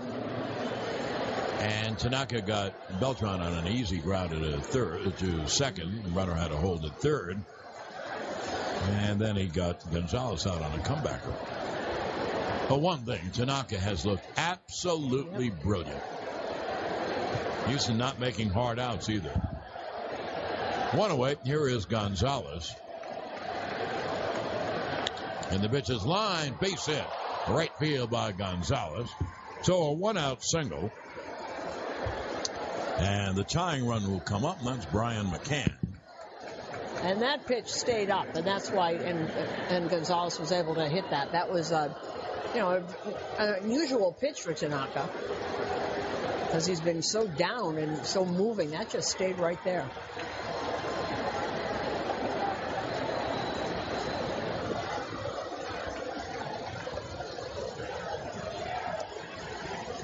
McCann, a lefty hitter with power. 3 infielders on the right side, but this time, as Tanaka is ready to deal to McCann, and that's a bouncer up there. Gonzalez goes to second. That takes care of the double play threat. So it's a wild pitch in the dirt. And on to second in scoring position goes Gonzalez. I was going to mention that with Gonzalez, a runner at first, Castro had to play in the infield instead of playing on the outfield grass for the double play. You're not going to get a ground ball if Castro's going to field it in the outfield. However, now, with the runner at second, Castro goes about 8, 9, 10 steps on the outfield grass.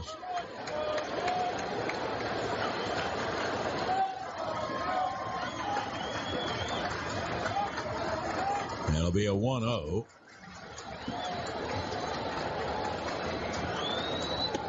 And the breaking ball is high 2-0.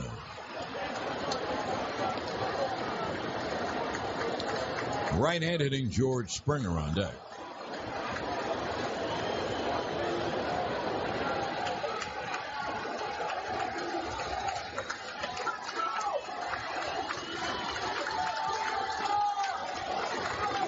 Now here's Tanaka's 2-0 to McCann. And the breaking ball strike. And got the slider in. And the count 2-1. I have been to the Hebrew home at Riverdale by River Spring Health. And I have seen the amazing individualized care they've been providing for 100 years. Call 1-800-567-3646. 2-1 coming to Brian Mack. Gonzalez off at second. Didi playing behind second. And the pitch is high. 3-1. And McCann hasn't had a hit in this series either. 94-mile-an-hour fastball. He'll mix that in every now and then. He did in the first inning a couple times. Everything down, and then he'll come in with that 94-mile-an-hour four-seamer just to change the eye level.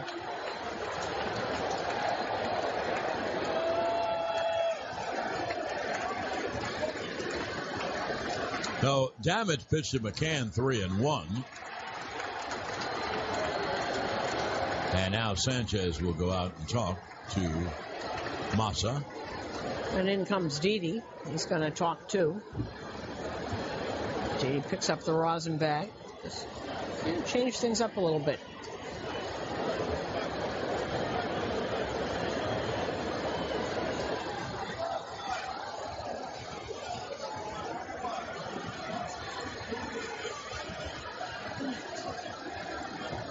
So Sanchez comes back and McCann digs back in. And this certainly is a damage pitch. 3-1 to McCann, who can certainly hit the right field seats. He's the tying run. Gonzalez off second pitch, a half swing and a splitter. He did not go. So there's Tanaka's first walk, and there are 2 on and 1 out.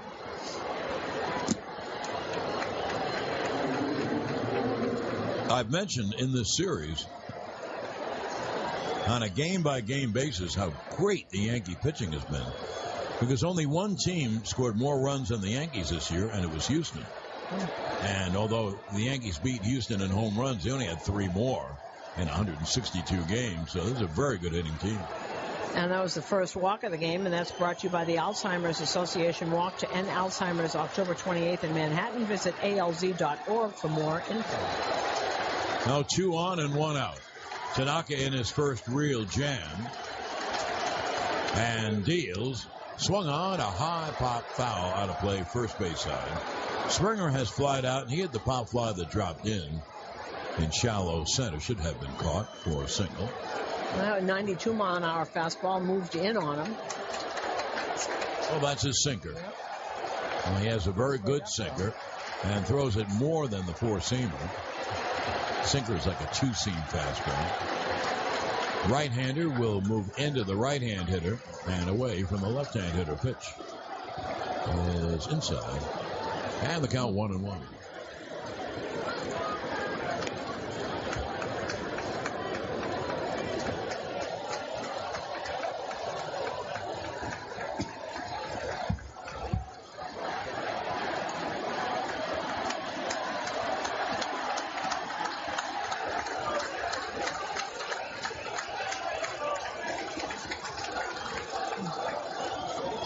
Springer backs out.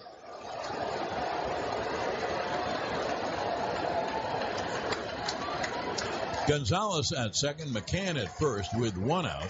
Top of the 5th, 2-0 Yankees. And Tanaka will deal 1-1 to Springer. And the pitch is popped up. Foul, first base side out of play.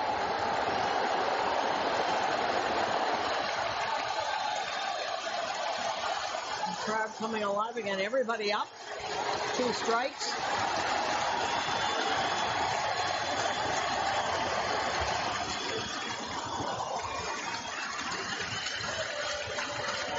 Up they are.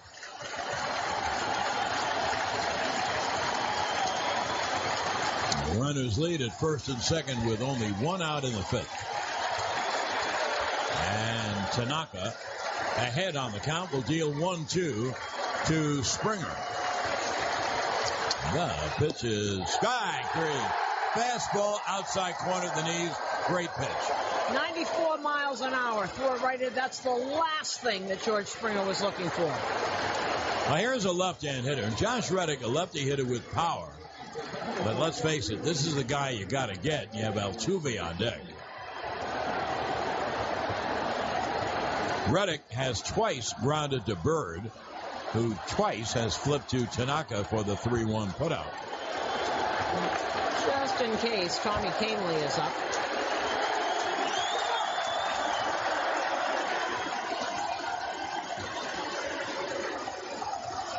The runners lead, and the pitch strike is called. And the count 0-1, a splitter by Tanaka to lead it off. Here, with a left-hand hitter up, Didi plays right behind the lead of Gonzalez. He's at second, and Brian McCann leads off first with 2 out. And Tanaka, 0-1 is outside. And the count 1-1. From the outfield, not quite straight away, but just about. Hicks might be 2 steps over in left center field. Both Gardner in left, Judge in right, about straight away. There's a meeting at the mound. Sanchez, Tanaka, Frazier, Didi, and Castro.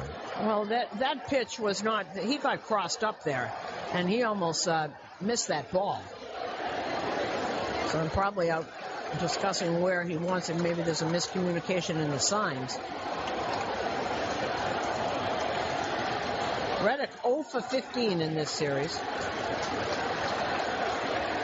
And they have really shut down, except for Altuve, who has 5 hits. They've shut down this potent offense unbelievably. Now here comes the 1-1. Runners lead first and second with 2 out. Top of the 5th. 2-0 Yanks pitch. Cut on and missed. Actually foul tip because it rolled in front of the plate. And the count 1-2. So Tanaka is one great pitch from getting out of trouble.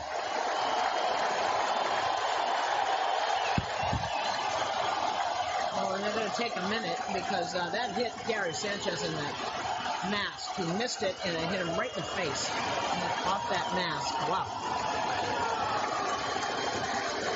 So Jerry Meals walked over to the ball boy and got a couple more balls, and he's...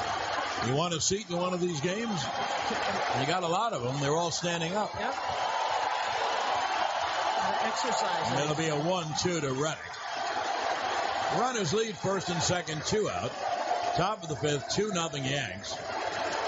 Tanaka and Sanchez trying to get together on that one pitch to end the inning.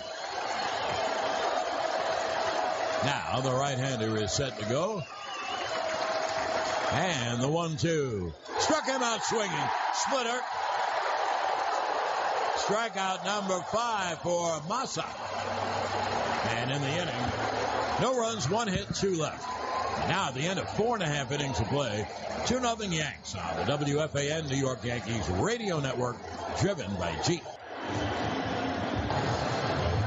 Yankees baseball is sponsored by your local Ford dealers. It's SUV season at your local Ford store. You can get big savings on the exciting lineup of Ford SUVs. Go to buyfordnow.com. Ford SUVs, always unstoppable. Here's Todd Frazier to lead off. Bottom of the 5th inning. And Keuchel deals low. Yankees have a 2-0 lead as Frazier stands in. Todd struck out his first time. Keuchel has struck out 8. Now the Yankees have a 2-0 lead, bottom of the 5th.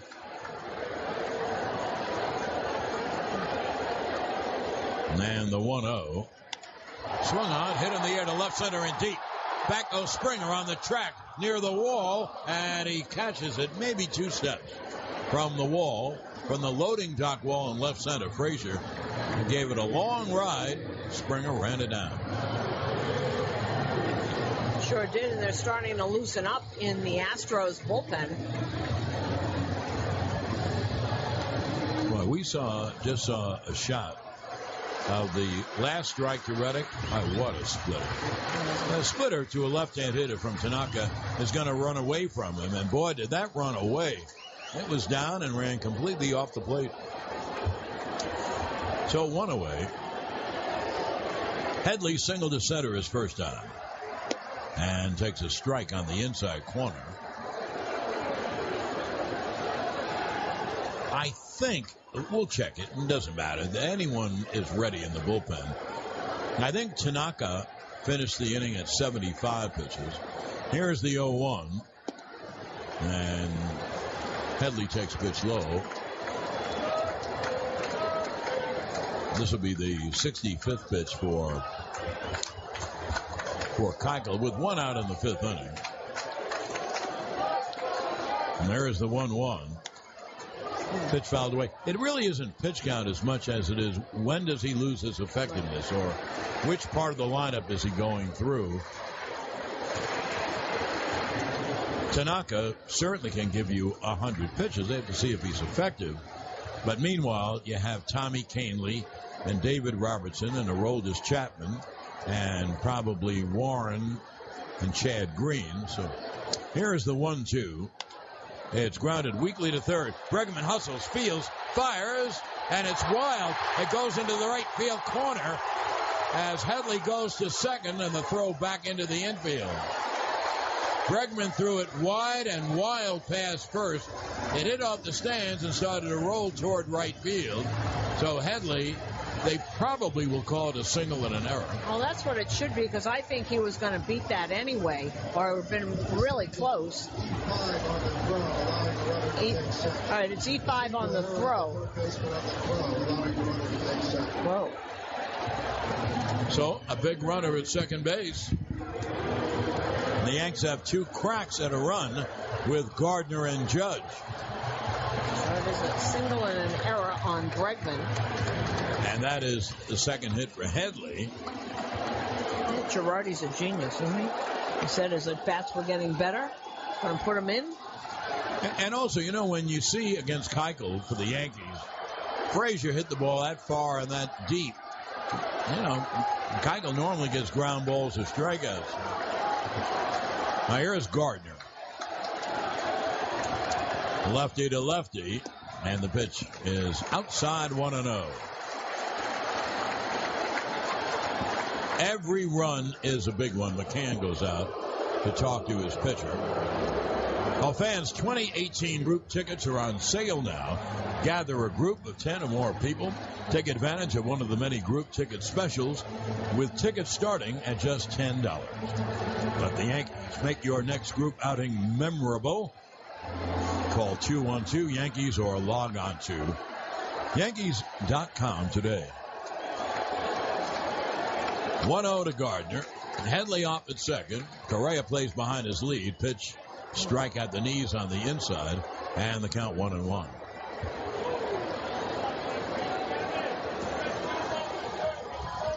Gardner 0 for 2 on the day, but did score a run on the Judge double. That was the second run in the third inning. Headley had singled. Gardner forced him. But that allowed Gardner at first base, and he scored on the double with that great speed. That'll be a 1-1. Breaking ball strike, 1-2. The other Yankee in the second inning, a double by Castro.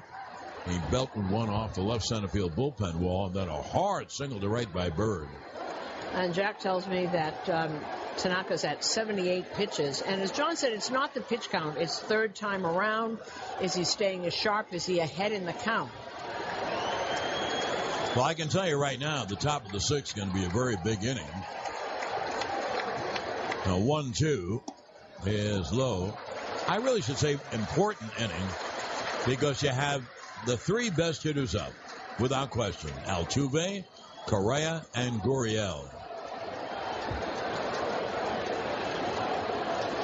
Meanwhile, Gardner is up with a count of 2-2.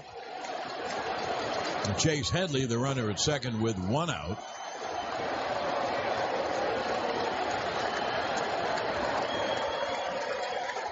And the 2-2 is grounded right back to Keuchel. Runner held, throws to first, and they're 2-away. Now 2 down. Here is Judge, who has struck out and doubled. And Brent Strom, the pitching coach, comes out. And this is why you want a great hitter in back of a great hitter. Because Judge is up, you think, well, they'll pitch around him. Very tough to do that with Gary Sanchez after Judge. And that's A.J. Hinch is out there talking. He ran out, so you know he wasn't taking him out. And that consultation at the mound was brought to you by Salino and Barnes. Call them today for a free consultation at 800-888-8888. And like a lot of managers now, A.J. Hinch was a former catcher. So he just ran out. He had something to say to Keuchel. Probably ask him if he wants to walk him or pitch to him, right? Well, could be a couple of things that Hinch saw. It wasn't Strom, it was Hinch. How they want to pitch to Judge, and does he want to pitch to Judge? A couple of questions like that. Sanchez on deck. Judge 1 for 2 has an RBI double. And the pitch low outside 1-0. He has struck out Sanchez twice. Judge once. The double by Judge was a hot shot right over the bag at third. Well, Keuchel went away from him with the first pitch. And the 1-0. Cut on a miss off speed. And the count 1-1.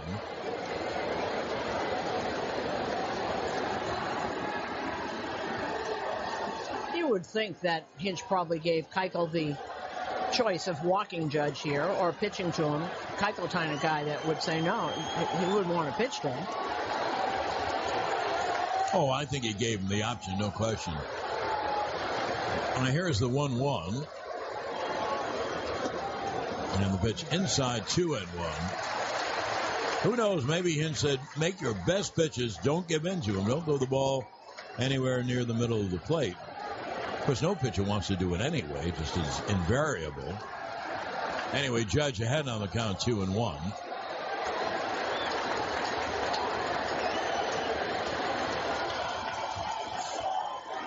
Pitch outside 3-1. So even though he struck out Sanchez twice, who knows if the next time he won't make a mistake and throw the ball where he doesn't want to. It's possible.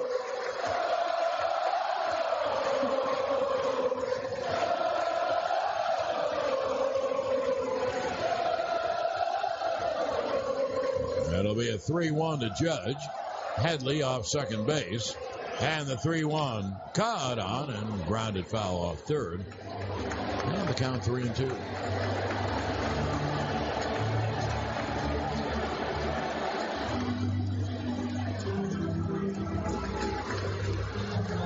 These have been some games, huh? Everybody up. People have been standing for days. You know, you mentioned that Tanaka finished at 78. Mm-hmm. Say how close this game is. That's going to be Keuchel's 77th pitch. Yep. It'll be a 3-2 to Judge. And Headley, the base runner at second, bottom of the fifth. 2-0 Yanks. And here is the payoff. Up high, ball 4. Judge is on. Of all the pitches to throw, I don't know if it was a straight change or a breaking ball that bite, but it was ballooned upstairs. It's very un-Keuchel-like. And now there are 2 on and 2 out, and here's Gary Sanchez.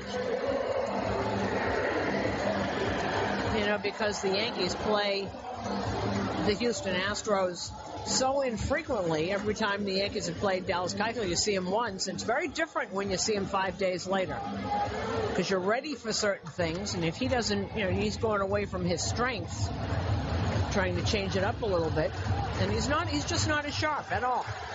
First walk-off Keuchel. Headley at second, Judge at first. 2 outs here in the bottom of the fifth. The Yanks have a 2-0 lead. Sanchez has been chasing the breaking ball in the dirt against Keuchel. And the pitch, strike. What a great pitch. Yep. He threw a fastball at the knees on the outside corner. I didn't think Sanchez thought it was a great pitch.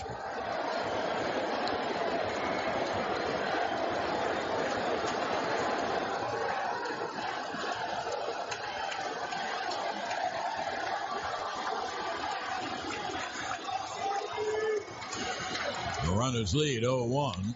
Line hard, base hit, over third, down the left field line, rolling to the left field corner. 1 run has scored, and they'll hold Judge at third. Sanchez, halfway to second, went back to first. It is a bullet line drive, ribby single by Sanchez. And the Yankees take a 3-0 lead. And that's what I meant about having a great hitter behind a great hitter. It's exactly right. You can be as careful as you want with Aaron Judge and even try and pitch around him. Keuchel is going to go right after Gary Sanchez because he struck him out twice, but he missed. And that was a shot down the left field corner. And Joe Espada standing there and stops him immediately. So, believe me, they wanted to score Judge, but he would have been a dead duck When Judge got to third and was rounding it, the relay throw, it hit Correa. So he would be a dead duckling at home plate. Sanchez hit the ball so hard, he didn't get a single, but a ribby single. 3-0 Yanks. Here's Didi with first and third and 2 men out.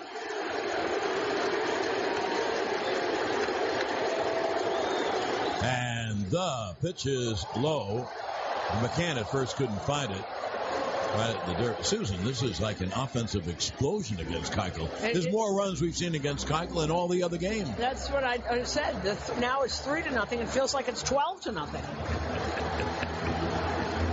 We haven't seen this. And there's Brett Strom on the phone getting somebody up. And that's what, when John says a great hitter and back up a great hitter, Keuchel worked really carefully to Judge because he'd gotten Gary Sanchez, as we said, twice and striking him out. Not that time. 1-0. Low 2-0. You know, as we always say, these aren't machines. They're people. Like Sanchez, Didi has struck out twice. He's got Judge at third and Sanchez at first. I don't mind if Didi hits between them, and I wouldn't mind if Bird hit between them. But I love Judge and Sanchez together. Here is the 2-0. Line foul, just missed. He just missed a ribby double down the right field line. It flew past first, and it hit just outside the mark. And the right-handed veteran Will Harris is up in the Astros pen. And this Astros pen has not distinguished itself in this series.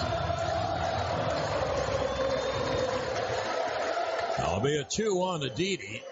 Yankees have scored another run. They have a 3-0 lead. There are 2 outs in the 5th. Judge, the runner at third. Sanchez, the runner at first. And the pitch cut on him. Now the count 2-2. And you know what you can see with Keuchel? He's still got the stuff. The location is off. It's been off from the get-go. And even though he does have the strikeouts, he's been a little off since he started. There'll be a 2-2 to Didi.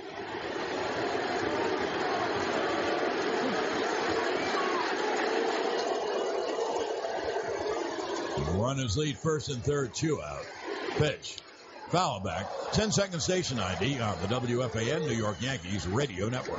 It's a season opener for the Brooklyn Nets. They visit the Pacers tonight. Steve Summers follows the Yankees on WFAN and WFAN FM New York.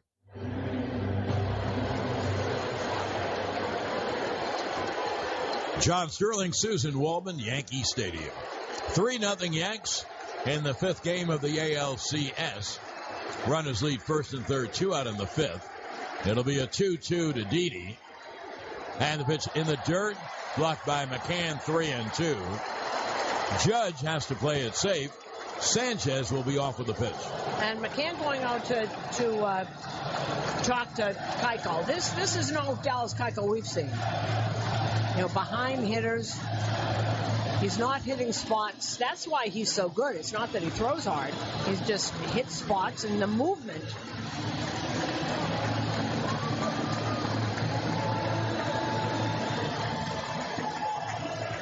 6 hits, 3 runs. Wow. Storm seeing if Will Harris is ready. Now here's the payoff pitch coming to Didi. Judge playing it safe. Sanchez off of the pitch. 3-2. Swung on, grounded toward the middle, and through a base hit center field. Judge scores. Sanchez goes to third. It is a 2-out ribby single by Didi Gregorius. Yes, indeedy. And the Yankees now take a 4-0 lead, and they are going nuts in the Bronx. And here comes AJ. That'll be all for Keuchel. And this call to the bullpen is brought to you by your Tri-State Ford dealers. Well, the new pitcher is the right-handed veteran Will Harris, and I got to tell you, because I told John before the game, ESPN Deportes is right next to us, and El Duque is one of the analysts. And before the game, I was talking to him, and he said they're going to hit Keuchel. I'm telling you, they're going to hit Keuchel today, and he gave me all these different reasons why he wouldn't be as sharp. And during the pitching change, he just stood up and looked at us and took a bow, like, see, I told you. So the Yankees have scored 2 more runs, have a 4-0 lead, and knock out Keuchel. Boy, that's a big thing. Boy, is it. Keuchel, 4 2/3. At this point, 4 runs, 7 hits, 8 strikeouts, 1 walk. And the Yankees have first and third, 2 out. Now, Aaron Hicks will turn around to bat from the left side against the right-hander Will Harris. Harris was on the DL a couple of times, but he has been very effective for them for a while now. 33 years old now. And Hicks takes a strike on the outside corner. Started him off with a 93-mile-an-hour fastball. The Yankees hit him the other night. Yeah, I guess it was 2 nights ago. Sanchez is the runner at third. Didi, the runner at first, with his ribby single. The Yankees have built up a 4-0 lead. And a throw to first, and back is Didi. RBIs tonight: Bird, a ribby single; Judge, a ribby double; Sanchez, a ribby single; and Didi, a ribby single. And there hasn't been a cheap hit in the bunch. That's a 4-0 Yankee lead. And they're a long way to go. 4 innings. Pitch. Up high. 1-1. It is a long way to go. And the Yankees are 4 innings away from taking a 3-2 lead. And they done it the same way they did it against Cleveland, which was just a 5-game series. They lost the first 2, won the next 3. Here, they lost the first 2. The next 3 were at home. And they got a chance anyway with a 4-0 lead. They grind at bats. They really do. They never think they're out of it. It's a trademark of this team. Here's the 1-1 from the right-hander. Swung on a high fly down the left field line. Gonzalez toward the line, makes the catch to end the inning right at the line. Well, the Yankees get 2 more runs on 3 hits, 1 error, and 2 left. Now, the end of 5 innings of play. It's 4-0 Yanks on the WFAN New York Yankees radio network, driven by Jeep. Well, this is the inning I talked about. I didn't know the Yankees were going to have a 4-0 lead at the time. But the best 3 hitters the Astros have: Altuve, Correa, and Gurriel. Top of the 6th against Tanaka, 4-0 Yanks. And Altuve fouls the pitch off. And the count 0-1. Scoreboard update brought to you by Bigelow Tea that encourages you to grab a mug and tea proudly. Let's see what's brewing around the league. 1 game tonight, 9 o'clock. Can the Cubs stave off elimination? Dodgers and Cubs at 9. Alex Wood against Jake Arrieta. 0-1. Fouled off on the ground behind home plate. That was the 80th pitch by Tanaka. And Brad Peacock has started to warm for the Astros. He started for much of the season. And Keuchel was on the DL. They had a lot of injuries. McCullers, and then they put him back in the bullpen. He's been very good for them. Now here comes the 0-2 to Altuve. Swung on a high fly to right center. Hicks lopes under it and makes the catch. 1 away. It's got it right off the end of the bat. Not really Altuve was sort of yelling at himself during that. He just missed it. And Tanaka is pitching some game. He's given up 3 hits. One of them was an absolute bloop that should have been caught. The other 2 hits were honest. It's a line drive single by Gonzalez and a hard double down the left field line by Gurriel. But this is the team that led the major leagues in scoring this year. And the Yankee pitching has been brilliant. Usually is when a team wins playoff games. There's a slider outside to Correa. Carlos has grounded out twice. Once to third, once to short. 4-0 Yankees, top of the 6th with 1 out and no one on. And if you think the game is over, would you please remember last night? Now here's the 1-0. to Correa. And there's a strike on the outside corner. And if you missed what I was saying, Houston had a 4-0 lead going to the bottom of the 7th against the Yanks. So, not only can it be done, we saw it last night. There'll be a 1-1 to the right-hand hitter. And it's fouled on the ground behind home plate.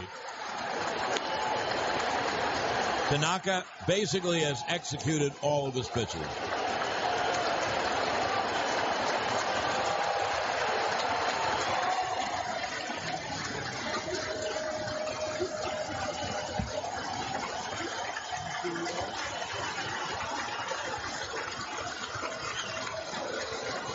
Now, Tanaka's 1-2. Struck him out swinging. Strikeout number 6 for Masahiro. And there are 2 down, and here is Gurriel. And, I've said this before, but I'm going to say it again because a few weeks ago, Tanaka was talking, and one of the things he'd said to me was that he wanted the New York fans to think of him as a big-game pitcher. And I had asked him about the difference, when he faced Sale and when he faced Darvish. He really was like this. He was tremendous. Now 2 down. Gurriel, a right-hand hitter. He's 1 for 2. And the pitch is low. So the third time through, he has struck out Springer and Reddick. Got Altuve on a fly ball and struck out Correa. And look what he's throwing, John. That was 94 miles an hour. Here's the 1-0 to Gurriel. Strike. And the count 1-1. That was 93. And we haven't seen this since the first year before he hurt his elbow.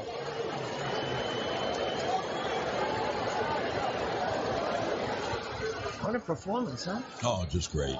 There's the 1-1. And the pitch low on the count 2-1.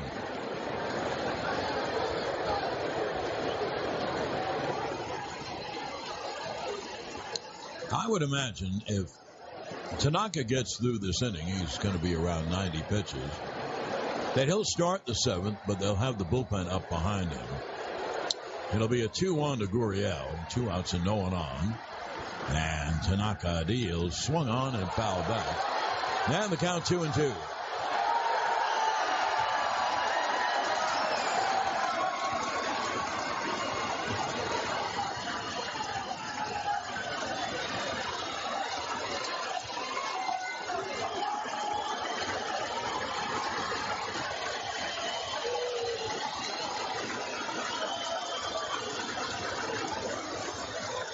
They're on their feet in the Bronx. 2 balls, 2 strikes, 2 outs. Tanaka to Gurriel. Swung on and hit in the air to right center and deep. Hicks back. He's there right in front of the track. Makes the catch to end the inning. Another 1-3. It's a brilliant 3-hit shutout by Tanaka through 6. And at the end of 6, 4-0 Yanks on the WFAN New York Yankees radio network, driven by Jeep. Will Harris stays on the mound, even though Peacock was warming in the bullpen. And Mr. Harris will face Castro, Bird, and Frazier, righty, lefty, righty. Harris, a right-hander. 4-0 Yankees, bottom of the 6th. And the pitch, a bouncer up there, 1-0.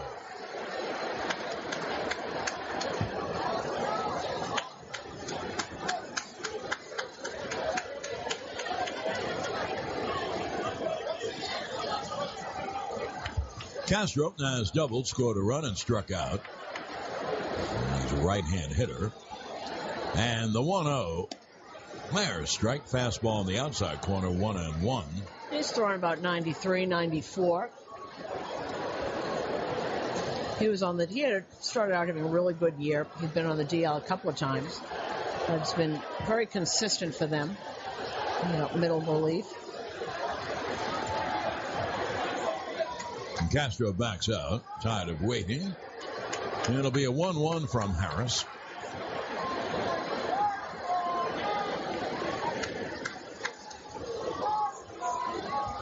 Now the 1-1, the breaking ball low.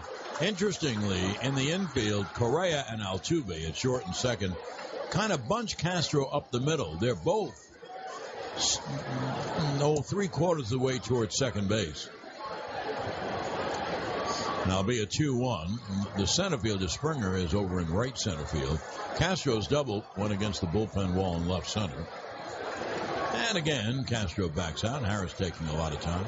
Recovery Room Health Update is sponsored by New York Presbyterian. Amazing things are happening here. Well, Gleyber Torres, who had that awful Tommy John surgery, hurt his elbow. Well, 2-1 is low 3-1. He's down in Tampa, and he is taking BP in a cage, and he put on his Twitter feed, after long months of recovery, I can finally hit again, and that makes me super happy. Sure, it makes the Yankees super happy, too. It sure does.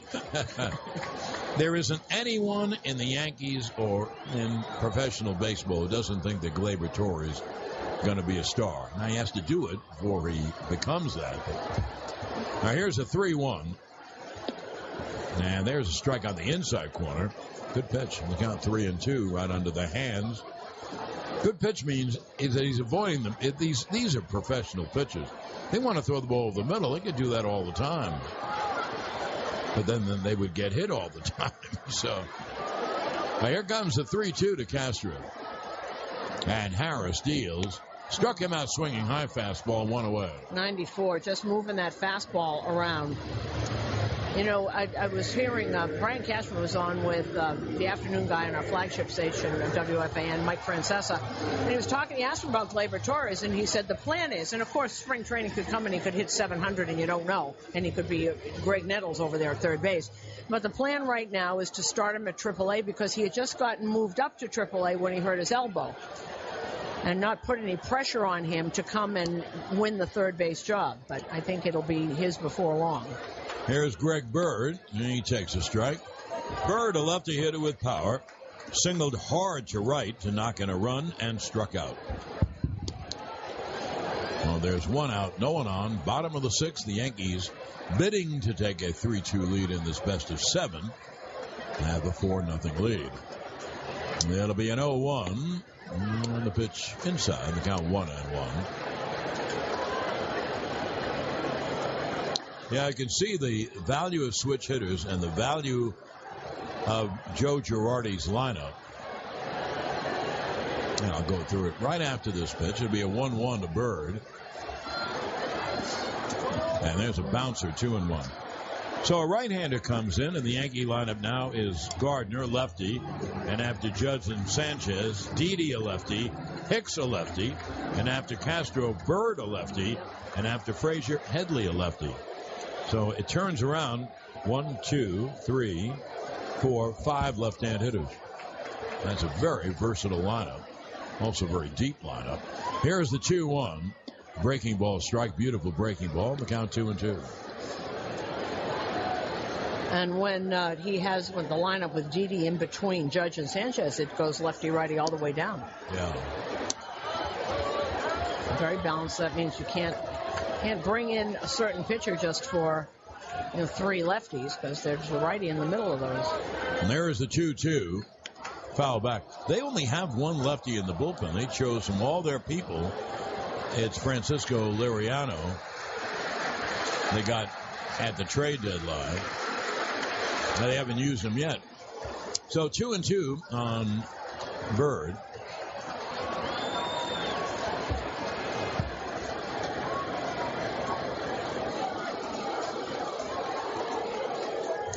Now the right-hander will deal 2-2. Up high fastball, 3-2. That's a fastball that struck out Castro. Up. Castro, when he left, going to take that bat and break it in a million pieces. He knew he swung at a pitch out of the strike zone. Tough to lay off the high fastball, but you can't get on top of it. It'll be a 3-2 to Bird. Now here's the payoff from Harris. Grounded foul outside of first. Let's take 10-second station ID on the WFAN New York Yankees radio network. Roger Goodell says the NFL's not changing its national anthem policy. Players expected to stand, but it will not be required. Steve Summers follows the Yankees on WFAN and WFAN FM New York. John Sterling, Suzyn Waldman, Yankee Stadium. Bottom of the 6th, 1 out, no one on. The Yanks with a 4-0 lead. Bird has a 3-2 pitch coming from Will Harris. And the pitch is low outside. You know, I've said it probably 1,000 times this year, and I'm probably boring you to death. But upcoming, probably as soon as next year, you're going to see Sanchez and Judge and Bird some form in the middle of the order. And Bird is a natural. Not only does he hit home runs, he'll hit 30 home runs, but he takes pitches. He gets walks. And that's going to be a great combination. Those three, boy, that's a great combination. And hits lefties. You don't have to, well, be careful with him. Don't have him taste the tough lefty. Well, nobody hits the tough lefties. Now, here's Frazier. And he lines one toward left center field. On the run is Gonzalez to make the catch. A little too much air under it. The throw back to first is late. When it was hit, I thought it would drop in. Had a little too much air under it, and Gonzalez ran it down. 2 away, and here is Headley. That is one thing about Bird. He does hit lefties. He does. Now, there are very few Chris Sales around. He gets righties out, too, so what's the difference? He does, too. Now, follow the game. Following the game, stay tuned for the Agera Energy New York Yankees postgame show. Agera Energy. Energy to power your world. Visit AgeraFan.com for a hassle-free quote. Now here's Headley. Chase is 2 for 2. Now throw to first. Bird is not a base runner. He'll be running. Well, we've seen that. And Joe had said when he got thrown out at home, Joe had said, well, Bird has a lot of attributes. Speed is not one of them. Right. He's a left-hand hitting first baseman. Yes, that's exactly right. Pitch. Headley cuts and misses strike 1. Brad Peacock is up in the Houston bullpen. The Yankees with a 4-0 lead, bottom of the 6th. They're 3 innings away from taking a 3-2 series lead. You know, people, because it's playoffs, people analyze and overanalyze. And the other night, I can't remember who was up, but somebody had said, I don't know why Houston didn't bring in a lefty. It was a lefty coming in. Why didn't they bring in the lefty Liriano to face whoever was up? And I'll tell you why. 0-1. Breaking ball outside. Because the last time they brought him in to face a lefty, Liriano gave up a 2-run homer to Rafael Devers in the middle of the playoffs, and they lost the game. And you know what? Managers seem to remember that. Yeah. I mean, we always say, why doesn't a lefty come in? Well, go back a little bit. See what he did against the last lefty. 1-1 to Hadley. Bird a short lead. Breaking ball missed. Backdoor breaking ball. And the count 2-1 on Headley. Outfield perfectly straight away. And in the infield, 3 infielders on the right side. Altuve about 5 steps out on the outfield grass. And the third baseman, Bregman, plays near second. He probably plays 75% of the way towards second on the shift. Now here's the 2-1 to Chase. Inside, 3-1.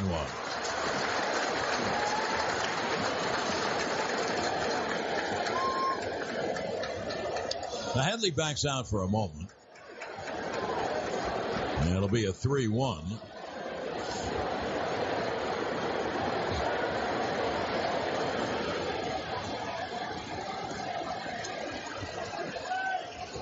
The right-hander Harris, 3-1. Line hard, base hit. Down the right field line. Rolling to the right field corner. Can he score? Picked up in right field by Reddick. And they're going to hold Bird at third. Had to. Reddick made a good throw into the infield. And the Yankees have second and third and 2 men out. And here is Hinch. And I gather he is. He's going to go to his bullpen. And this call to the bullpen is brought to you by Geico. 15 minutes could save you 15% or more in your car insurance. Visit geico.com to see how much you can save.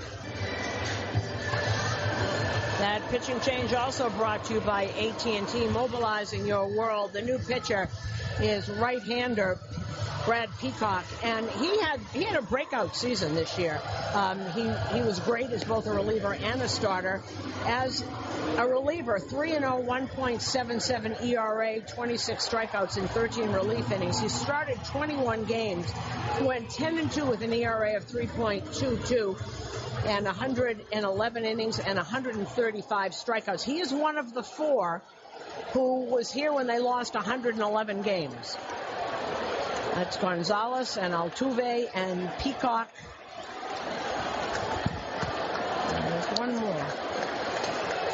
No, Peacock inherits second and third, 2 out, and Brett Gardner. Bird at third. Headley, who's now 3 for 3 at second, 2 outs, bottom of the 6th. Let's face it, a base hit would break open this game. Pitch. Foul straight back, 0-1. Harris goes an inning. To this point, no runs. Obviously responsible for the 2 Yankees on base. 1 hit, 1 strikeout, 1 walk. That's why Hinch brought in Peacock. He's an awfully big batter in the game. And you get out of this inning 4-0, you can do what the Yankees did last night. He gets a base hit, 6 runs, and then you need a major rally. Here is the 0-1. Swung on and punch foul down the left field line out of play in the count 0-2. And of course the fourth, how quickly they forget, was Dallas Keuchel. So Keuchel, Altuve, Peacock, and Gonzalez were all here. There's just 4 of them left from that team that lost 111 games a few years ago. Keuchel had not become Keuchel yet. He was a middle-of-the-road starter. Now here's the 0-2 to Gardner. And the breaking ball missed. Try to backdoor it. And the count 1-2. And you know that Peacock wants to get Gardner because Judge is on deck. I think Headley's going to be the DH in the next game. That's Joe Girardi. He said, I like his at-bats. Today, 3 for 3. 2 really legit hits. One was an infield roller.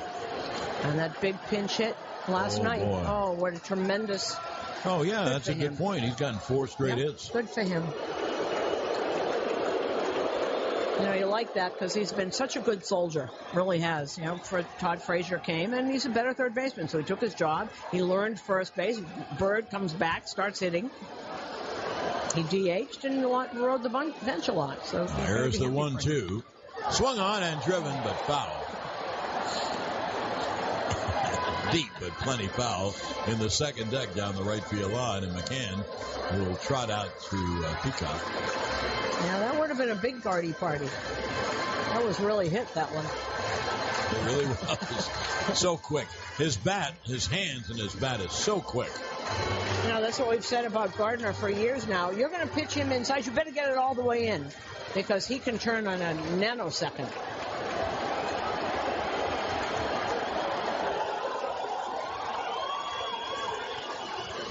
Now here comes the 1-2. Runners lead. And the breaking ball, strike 3. So Peacock got a big out. And for the Yankees, no runs, 1 hit, and 2 left. And now the end of 6 innings of play. It's 4-0 Yanks on the WFAN New York Yankees radio network, driven by Jeep. Now to the top of the 7th inning. Alex Bregman leads off, a right-hand hitter. Tanaka deals strike 1. The Yankees have started Tanaka in the 7th, and they've started their bullpen. And that's Tommy Kahnle up for the Yanks. He was up before. 0-1 to Bregman. Yanks with a 4-0 lead, top of the 7th pitch. Breaking ball outside 1-1. Yankees baseball is sponsored by your local Ford dealers. It's SUV season at your local Ford store. You can get big savings on the exciting lineup of Ford SUVs. Go to buyfordnow.com. Ford SUVs, always unstoppable. Now here comes the 1-1 to Bregman. Pitch low. Chad Green pitched 2 innings yesterday, so Kahnle is first up. And if you're asking me, and I don't make those decisions, I would say the second guy would be Robertson. Obviously, the third guy would be Chappie. 2-1 coming to Bregman. Yanks with a 4-0 lead as we begin the 7th inning. And the 2-1 is high, 3-1. Speed Report is brought to you by Old Dominion Freight Line, official freight partner of the Yankees radio network and official freight carrier of Major League Baseball. Learn more at odfl.com. There are no stolen bases.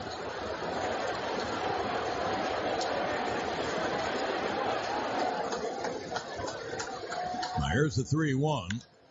And a high fly to right. Judge going back on the edge of the track. Makes the catch. And there's one away. So Bregman swings 3-1 and lifts a fly ball to right. And with one down, that will bring up Carlos Beltran. See, I didn't know it was a rule in the postseason, too. I know there's a rule that you have to swing 3-1 in the middle of July. A little-known rule. A little-known rule. They all do it. We're going to find the person who does not swing at 3, and we haven't found him yet. Now, one away. Beltran 0 for 2. He's grounded out and struck out. Tanaka's been brilliant. Absolutely brilliant. And deals, and the pitch is low. Don't forget, Tanaka was beaten in game 1. You know what the score was? 2-1. Mm-hmm. Today, he's given up 3 hits in 6 1/3. 1 walk and 3 hits. 2 hits were real legit. One was a pop fly that should have been caught and then dropped in. 1-0 on Beltran, a switch hitter batting left. 3 infielders on the right side for Carlos. And Tanaka deals, breaking ball strike. One thing about Tanaka today, he has been able to throw a strike whenever he wants. And as I mentioned last inning about the Houston pitches, you can throw a strike every time you want to throw it down the middle. But now here's the 1-1 to Beltran. Swung on and hit deep but foul down the left field line out of play. And the count 1-2.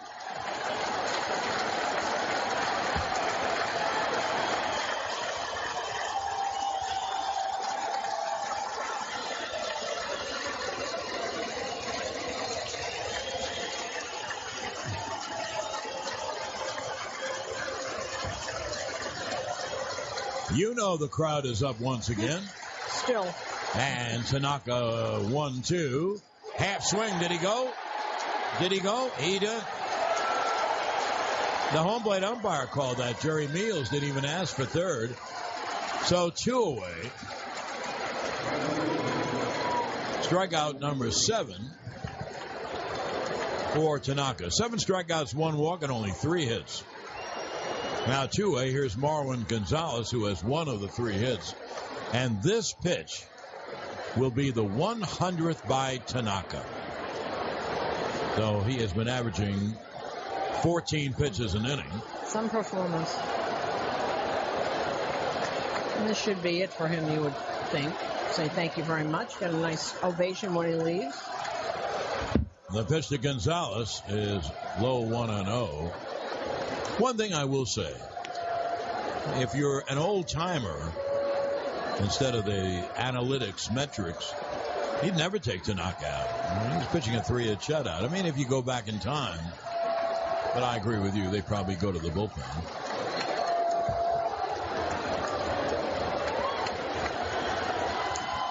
There's a fella here who's in Houston, too. It'll be a 1-0. Grounded weakly foul outside of first, who would not leave after 7. There's a fellow named Jack Morris. I was talking to Jack Morris. You want to take the ball from him, you better fight him. Well, exactly right. We were talking about that after Verlander's start in Houston. Jack Morris is here working for Sirius and MLB Network, I guess it is, radio. And I said, it was just like you out there. And he got a big smile on his face. Said, you couldn't have gotten me out of that game last year. You better believe it. And Verlander wouldn't have left. You know, Greg Nettles went over to the mound in the 78 playoff game. He went over the mound. I don't know what he's going to say. And Gossett said to him, what are you doing here? What are you doing over here? What did, remember, Carver tells the story when he came out to talk to Bob Gibson, and Gibson said, what do you know about this? Get back there. Here's the 1-1. Pitch is fouled off. Fans didn't see the ball at first. Now they're up on their feet again. It'll be a 1-2 to Marwin Gonzalez. Tanaka 1 pitch away from throwing 7 shutout innings. McCarver told me he never went back out there again.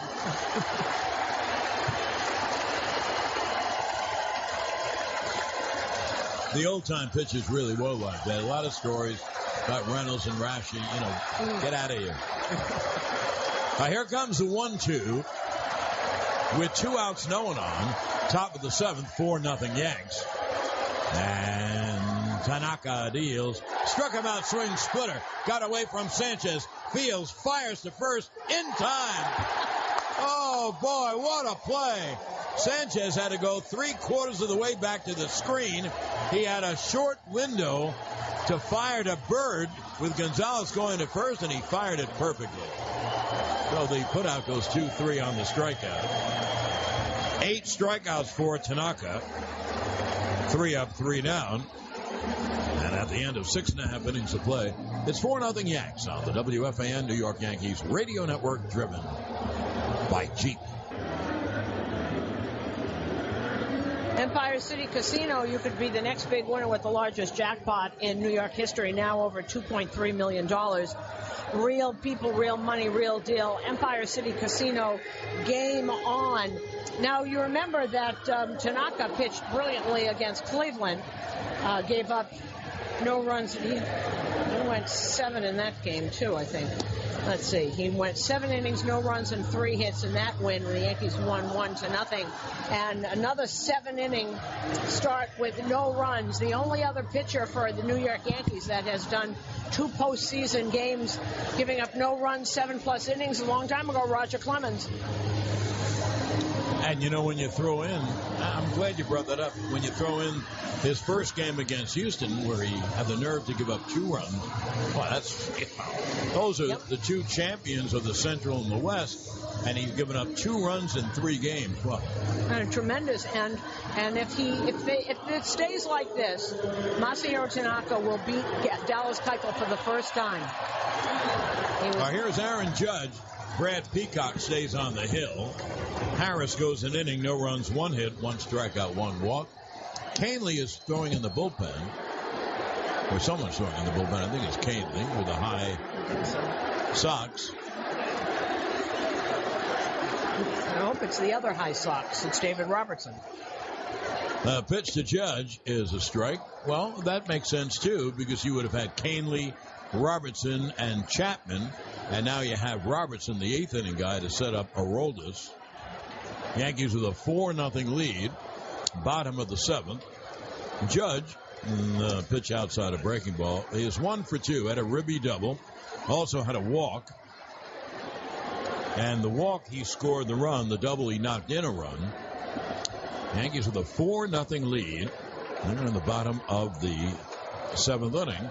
And the 1-1. There's a strike on the inside corner. Here is the in-game box score brought to you by RSM. Experience the power of being understood. The Astros, no runs, 3 hits, 1 error. The Yankees, 4 runs, 8 hits, and 1 error.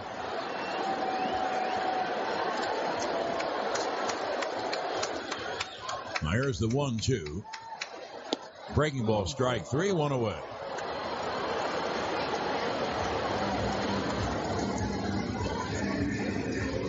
No 1 down, and here's Gary Sanchez. Sanchez had a big hit, a ribby single, a line drive down the left field line. Bird knocked in the first run, Judge the second run, Sanchez the third run, and Didi the 4th run. So now it's David Robertson warming up to pitch the 8th. Sanchez takes a strike. And the Yankees are 6 outs away from taking a 3-2 lead. Witnessed last night, those 6 outs can be tough to get. And that's the great thing about baseball. Unlike the other sports, you can't run the clock out. There's no clock. You've got to get all 27 outs. 0-1 to Sanchez. Grounded foul off third. Well, here's the Power Report brought to you by Indian Point Energy Center, the region's most reliable source of electric power. Yankee Power, ribby double by Judge, a double by Castro, and then scored a run on the RBI single by Bird. And Headley, an infield single, Judge a walk, and 2 RBI singles by Sanchez and Didi. Pitch swung on. There goes deep left. It is high. It is far. There it is gone. He is the Sanchino. Oh, that's part of the Power Report. Gary Sanchez hits his third playoff home run, and the Yankees take a 5-0 lead.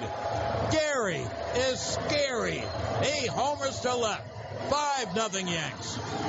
And that got out so quickly, Marwin Gonzalez never moved. He knew you could hear it, that it was going a long way. High fastball tailed in on him, probably 94, 95, and Gonzalez never moved. Now that is the Power Report, brought to you by Indian Point Energy Center. The Power Report punctuated by Gary Sanchez.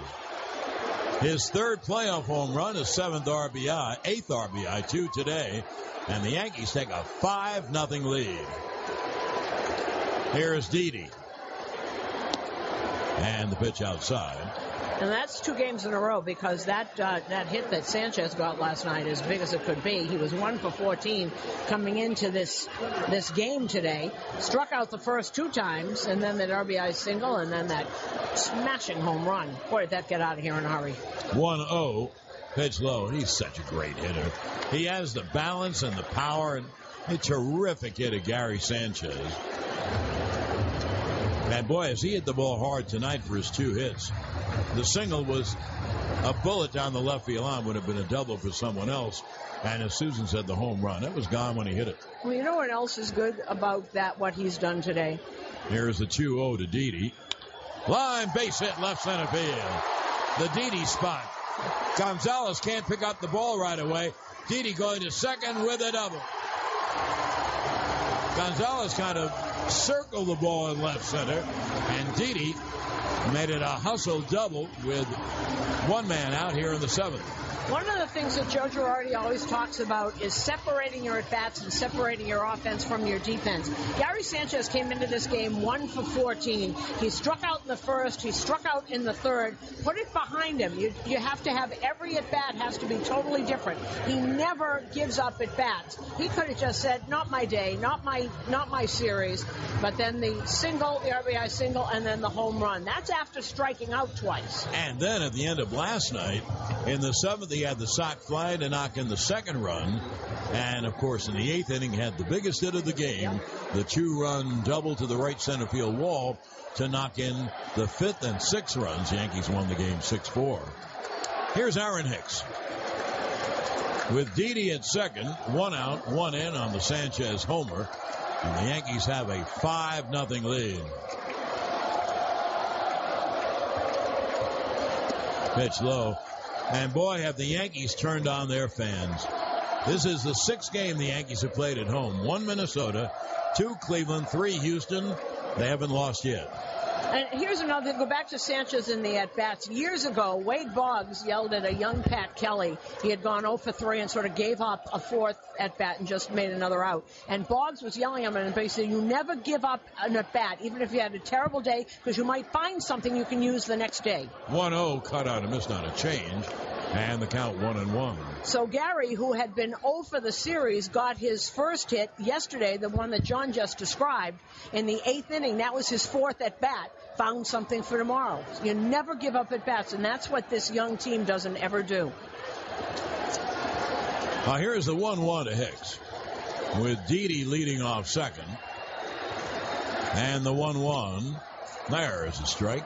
And the count 1-2. Let's take 10-second station ID on the WFAN New York Yankees radio network, driven by Jeep. After a 1-week suspension, Dominique Rogers-Cromartie returned to Giants practice today. Steve Summers follows the Yankees on WFAN and WFAN-FM New York. John Sterling, Suzyn Waldman, Yankee Stadium, bottom of the 7th, 1 out. Didi at second. The Yanks with a 5-0 lead. Pitch is cut out of Mr. Breaking ball down and in, gets Hicks. So there are 2 away. 3rd strikeout for Peacock. 12th by Houston pitching. And here is Starlin Castro. And Tommy Kahnle now is up again throwing. Robertson was up. Now Kahnle's up.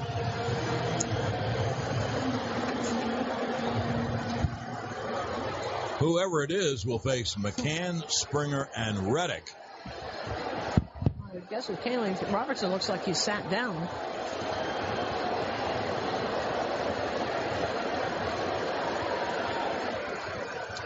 Now Didi leads off second with 2 men out.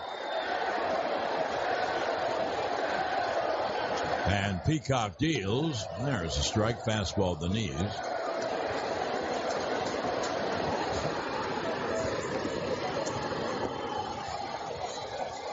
Castro tonight has doubled off the bullpen wall in left center and then scored on Bird's single. Then he struck out a couple of times, so he's 1 for 3.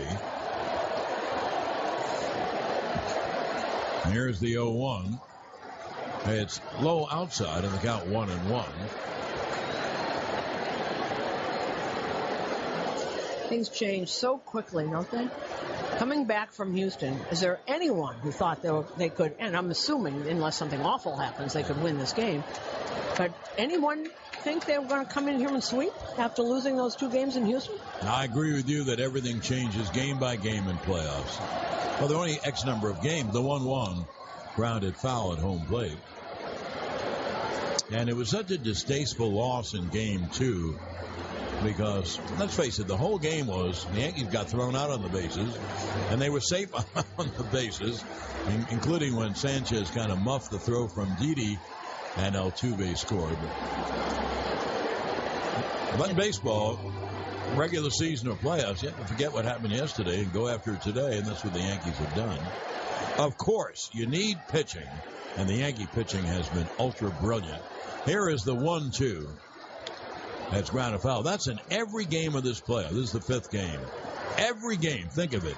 They lost 2-1 and 2-1. They won 8-1. Really, it was 8-0. They gave up a run in the 9th so what run. Yesterday, Gurriel's 3-run double was the only big hit against them. And today, Tanaka's pitching a 3-hit shutout. And here's the biggest difference between these two teams. The bullpens are totally different. If Verlander doesn't pitch a complete game, who knows where they go with this bullpen. Now here's the 1-2. Hit on the ground to third. Bregman throws to first in time. And that will end the inning. For the Yanks, 1 run on the home run by Sanchez, the Sanchino. 1 run, 2 hits, and 1 left. And now at the end of 7 innings of play, it's 5-0 Yanks on the WFAN New York Yankees radio network driven by Jeep. This is Chase Headley, and you're listening to the flagship station for Yankees baseball, The Fan, Sports Radio 66 and 101.9 FM, WFAN and WFAN FM, New York. Well, it could be that David Robertson couldn't get loose. I don't know that, but Suzyn, I guarantee you, will have it on the post-game clubhouse. So Tommy Kahnle comes in to pitch a very important inning, trying to set up Chapman. Kahnle's been perfect in the postseason. 5 games, 8 innings, 1 hit, 2 walks, 8 strikeouts, and McCann takes a strike on the outside corner. We are coming to you live from the Sunoco broadcast booth. Sunoco, save 5 cents on every gallon instantly with your Sunoco Rewards credit card. Kahnle did not pitch in yesterday's game. The 0-1 is a fastball high. He's a very hard thrower. That was 97. Now, Kahnle's done very well in the postseason, and now he has to pitch the 8th in a 5-0 Yankee lead. That could give the Yankees a 3-2 series lead. Pitch is high in the count 2-1.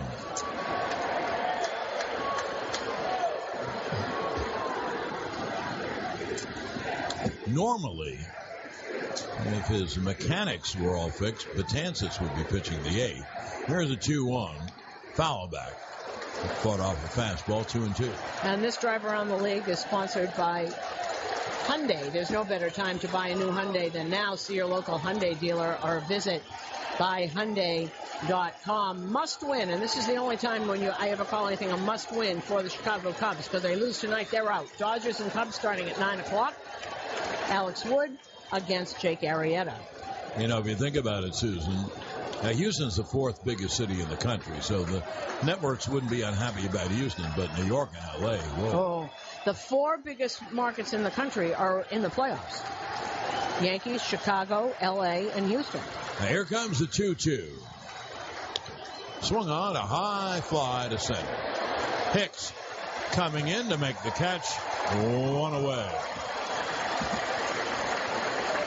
You know, they talk about in some games counting outs. Well, baby, they're counting outs in this game. And the Yanks have 5 to go. 1 out, no one on, top of the 8th. Yanks with a 5-0 lead, trying to take a 3-2 series lead. Now, a lot of teams have come back from 3-2 down. In fact, I can name teams that have been 3-2 down and have gone to the other team's ballpark and won those games. Chicago, the Cubs did it last year in Cleveland.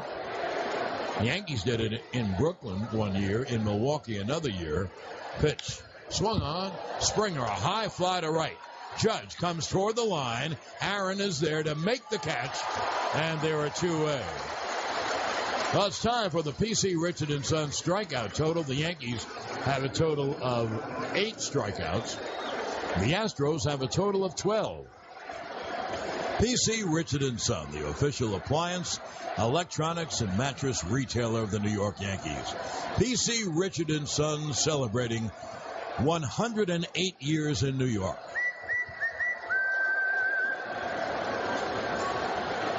Now 2-way, and here is Josh Reddick. Caught on a miss on high cheese, 0-1.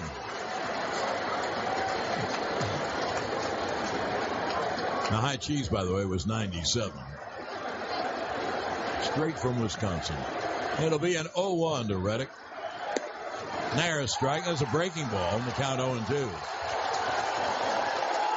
And we've talked about Tommy Canyon before, the kid from Latham, New York, right outside of Albany. Well, he said to me after the division series, all I wanted to do is prove I belong pitching in the major leagues. There's the 0-2 to Reddick. Struck him out swinging. Oh, Canley has a terrific 1-2-3. 2 soft fly balls and a strikeout. 3 up, 3 down at the end of 7.5. 5-0 Yanks on the WFAN New York Yankees radio network, driven by Jeep.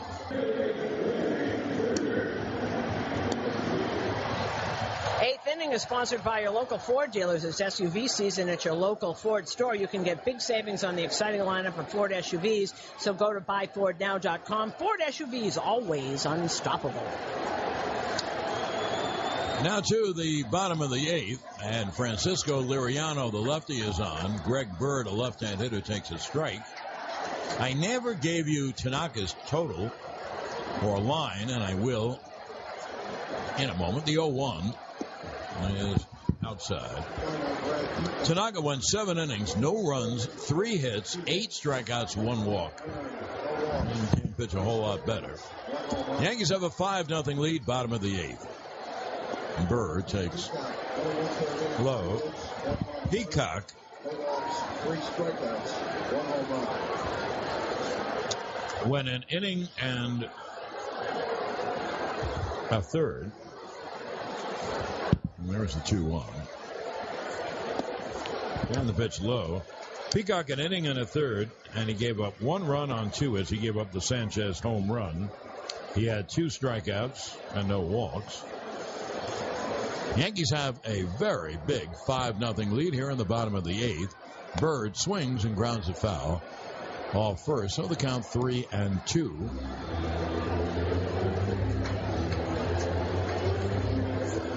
And the Yankees are 3 outs away from taking a 3-2 series lead.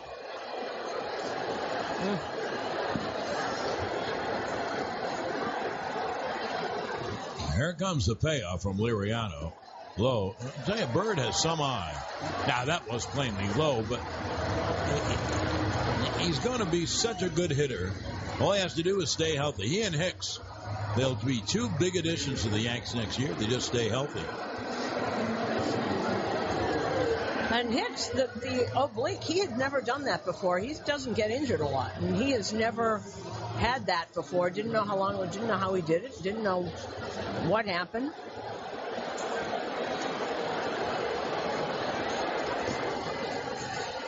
Well, here's Todd Frazier against the lefty Liriano. And the pitch, a wild pitch, goes back to the screen, and on to second goes Bird.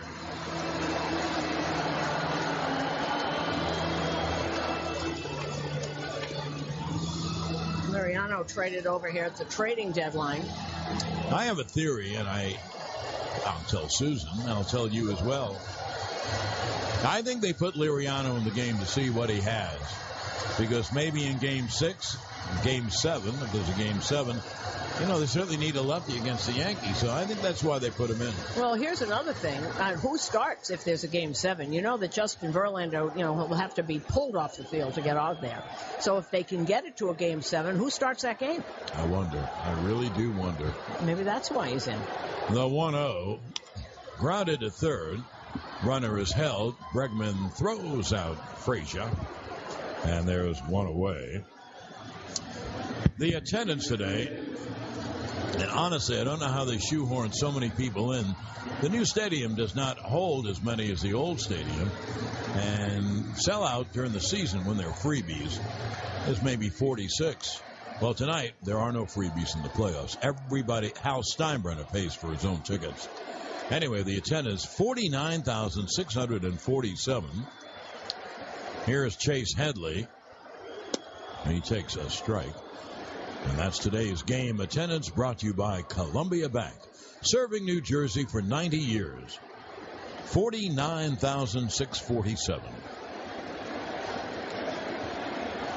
Headley has 3 for 3. He's had a big day and a big game yesterday with that pinch hit that ignited the 8th inning rally.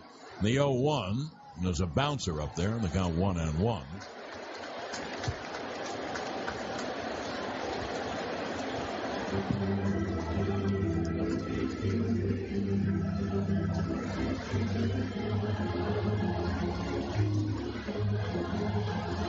That'll be a 1-1.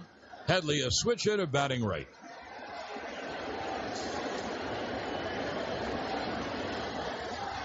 Bird off second with one man out. Pitch is grounded right in front of the plate. McCann fires to first for the out. On to third goes Bird. So Headley is out 2-3. Bird winds up at third, and here is Brett Gardner.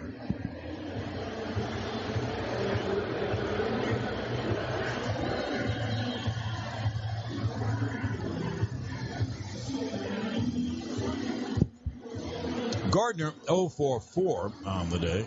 However, he forced a runner. It was Headley.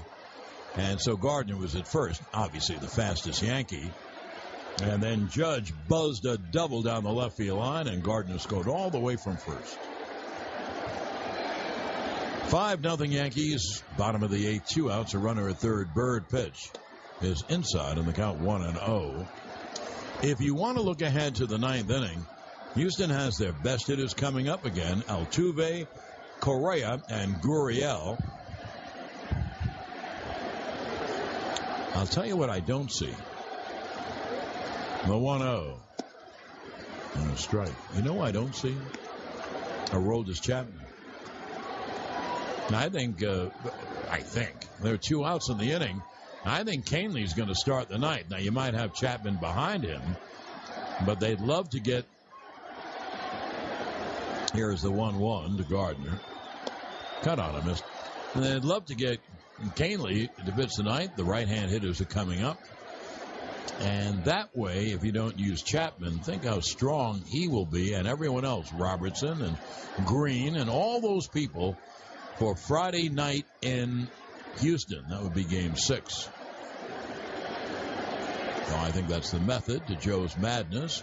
And the 1-2. Pitch high, and the count 2-2. And you know what? I mean, he's right. And by the way, you're not exactly pitching a guy with a broken arm. Canley has allowed 1 hit in 9 relief innings in the playoffs. And he's been absolutely brilliant. I'll be a 2-2 to Gardner.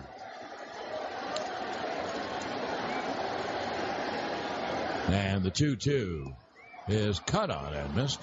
So Gardner strikes out.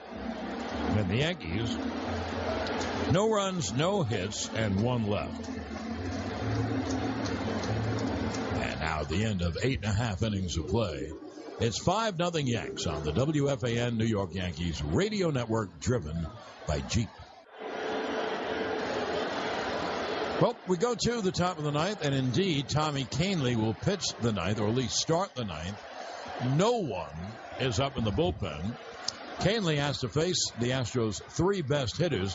They're all right-hand hitters: Altuve, Correa, and Gurriel. And his first pitch swung on and hit in the air to center.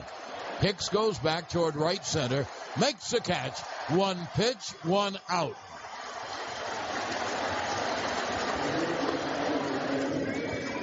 Now, following the game, stay tuned for the Agera Energy New York Yankees postgame show. Agera Energy. Energy to power your world. Visit AgeraFan.com for a hassle-free quote. So 1 away on 1 pitch. And here is the shortstop, Carlos Correa, another right-hand hitter. And Canely ready to deal. Swung on and foul, first base side out of play. The Yankees are 2 outs away from winning all 3 in New York and taking a 3-2 series lead. Of course, the catch is the final 2 games are in Houston. And for the Yankees to move to the World Series, they'd have to get one of them. Absolutely have to. Here is the 0-1 foul back. For years in basketball, when the Hawks would make the playoffs, I was broadcasting the Atlanta Hawks, Boston have the best record. They'd have 4 games at home, and everyone would say, well, we know we have to win 1 in Boston Garden. It was very tough to do. Very, I might add. It'll be an 0-2. Half swing. Did he go? No. So the count 1-2 on Correa. 1 out, no one on. We're in the top of the 9th. The Yankees have a 5-0 lead.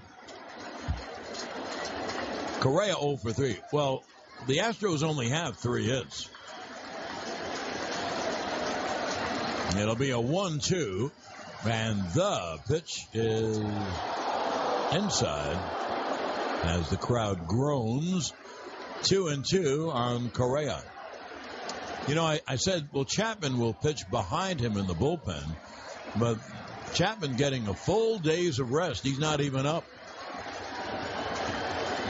There'll be a 2-2 to the right-hand hitting Correa. And Canely deals low 3-2.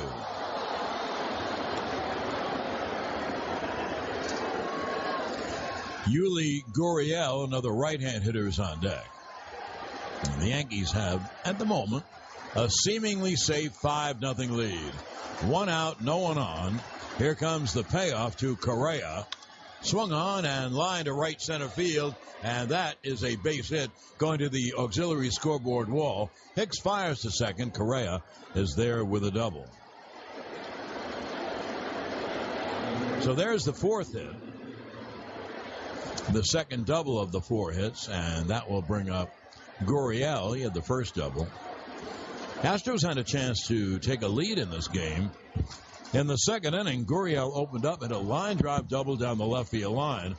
Bregman gave himself up. He hit a ground ball to the right side, to Bird, to get the runner to third. But then in the big at bat of that inning, Yankees brought the infield up, and Tanaka got Beltran to ground to second. The runner had a hold. And then he got Gonzalez on a comebacker. And that was the closest the Astros have come to scoring a run. Here is Gurriel. And the pitch, there's a strike. And Joe Girardi, like every other manager and coach in sports, never thinks the game is over. In this case, he's got a really good point.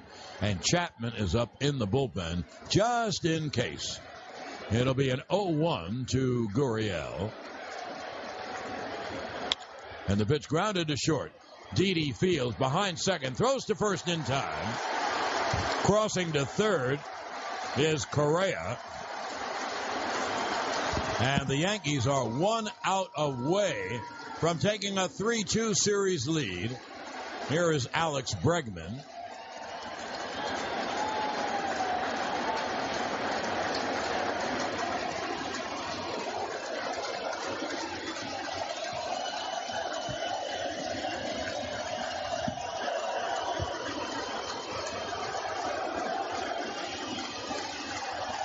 Alex Bregman, a right-hand hitter, digs in. 2 outs, a runner at third. And Canely deals outside 1-0. The Yankees are an out away. They'll fly to Houston tomorrow. They're 1 out away from flying to Houston with a 3-2 series lead in the best-of-7 American League Championship Series. It'll be a 1-0 to the right-hand hitting Bregman. And the pitch is swung on, hit in the air to center. Hicks coming in, makes the catch. Ball game over. Yankees win. The Yankees win. Well, the New York Yankees get off the deck.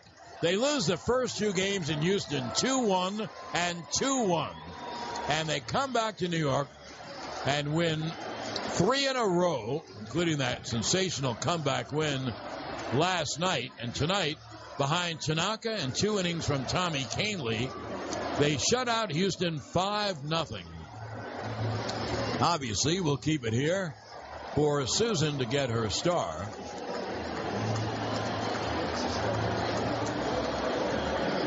There's so many people on the field, it's very tough to see Suzyn. But I'm sure that at one point I will get a chance to see her. There's so many people down there.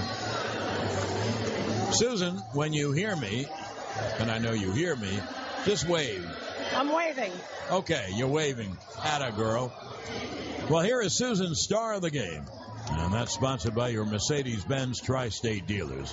See their vehicle offers and inventory at MBUSA.com. Okay, John, my star of the game is he's been a star this whole series. Aaron Judge. First of all, before we talk about this hitting, how good was Tanaka tonight? Oh, he's been impressive his last couple starts. You know, that's why he's our ace. He goes out there and dominates, attacks hitters. He's attacking the zone. It's always, I'm looking up there, it's 0-1, 0-2. He's our guy, and he went out there and showed it tonight. He has always said, I want the fans here to see me as an ace, and he loves big games like this. Do you see him put it up another notch in these kinds of games? Oh, yeah. The fans were crazy tonight, and we were feeding off them the whole game, and Tanaka was feeding off them, and this is baseball. It's baseball in the Bronx. It's amazing. He had a great game plan against Keuchel. He wasn't as sharp as he was the first game, missing a little bit, but a great game plan, and you were all very disciplined against him. Yeah, you know, facing a guy like Keuchel, man, he doesn't make barely any mistakes. So you got to stay patient, just try to pick one out that you can put into play and drive, and I was able to do that with a runner on base tonight. You know, it's interesting. We always talk about not giving up at bats. And Gary Sanchez, who's had an awful offensive run, a biggest hit of the night last night, struck out twice, but is able to separate. You guys, you and Sanchez and Bird, you do that very well. Yeah, you know, it's just about separating your previous at-bats. You know, it's all about the now and what you can do in this at-bat or this play on defense, and you know, that's what those guys did tonight, you know, especially Headley. You know, Headley went out there and did his things, had a lot of great at-bats, and, you know, what a win for us. You know, it was a very quiet plane ride back from Houston. How do you guys regroup all the time? There wasn't anybody in there that thought this was over.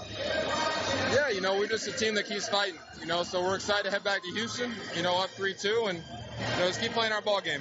Aaron, as always, I thank you very much. Congratulations. Thanks, Susan. Okay, John, we'll throw back upstairs to you. Well, thank you, Suzyn and Aaron. And before we do anything else, 10-second station ID, the WFAN New York Yankees radio network driven by Jeep. Roger Goodell says the NFL is not changing its national anthem policy. Players expected to stand, but it will not be required. Steve Summers follows the Yankees on WFAN and WFAN FM New York.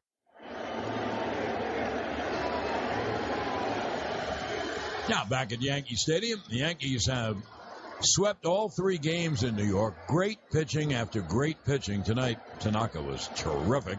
And Tommy Kahnle saved the rest of the bullpen by pitching 2 innings. So on Friday night, name them. Kahnle, Green, Robertson, Warren, and, of course, Chapman. And they'll all be ready. They'll all be rested and ready to go. Well, that's for Game 6. Right now, time to enjoy Game 5. Yankees win at 5-0. We're back with more in a moment on the WFAN New York Yankees radio network driven by Jeep. Well, the Yankees will celebrate tonight and fly to Houston tomorrow. The Yankees got off the deck down 2-0 in games. They win all 3 here at Yankee Stadium. Now go to Houston with a 3-2 series lead, needing one more game. In Game 6 on Friday evening, it'll be Luis Severino and Justin Verlander. Verlander was brilliant in the 2-1 Houston win in the second game of the series. So it may be Sevy and Verlander will be on the air. New York time now. This is Eastern time. We'll be on at 7:25 pregame and 8:05 play-by-play. Yankees win at 5-0. Back with the totals in a moment on the WFAN New York Yankees radio network, driven by Jeep.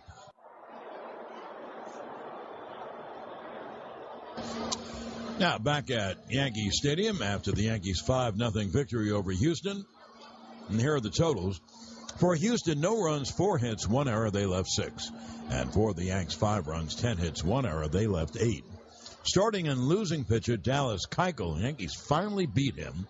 Starting and winning pitcher Masahiro Tanaka, who was great once again. Houston, with the loss, is 2-3. And the Yankees, of course, are 3-2 in this best of 7. The time of the game, 3 hours and 18 minutes. The attendance, 49,647. And once again, the final score, the Yankees 5 and Houston 0.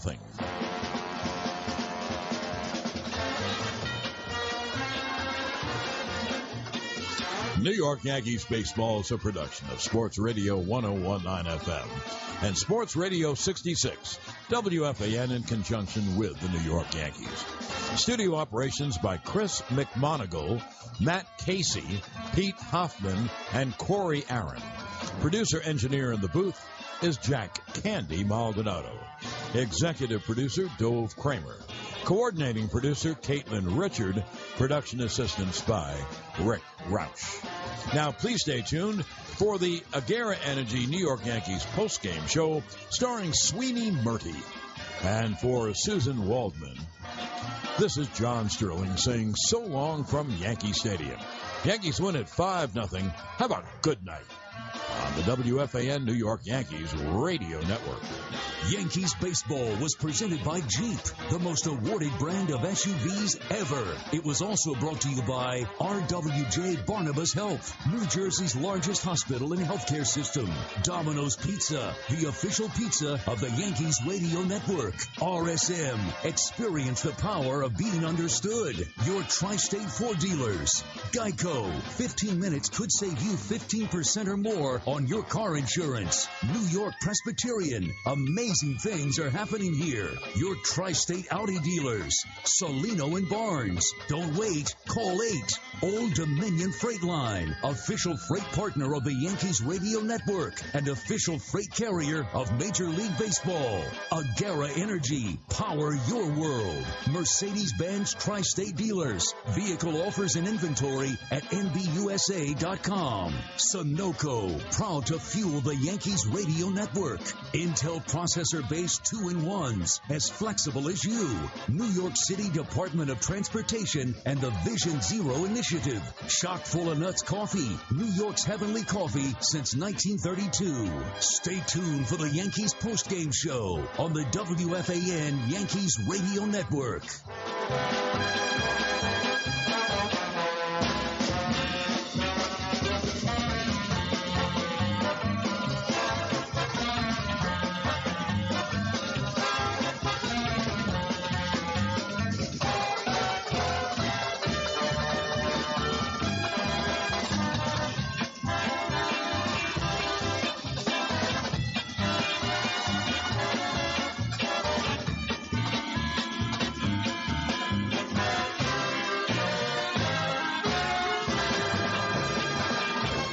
Yankees are now 1 win away from going to the World Series.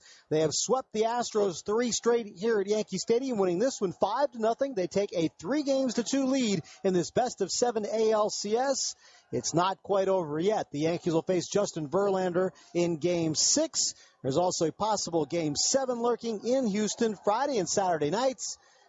But what the Yankees have done here is put themselves on the doorstep of the 2017 World Series, and they have dominated the Astros in 3 games here at Yankee Stadium.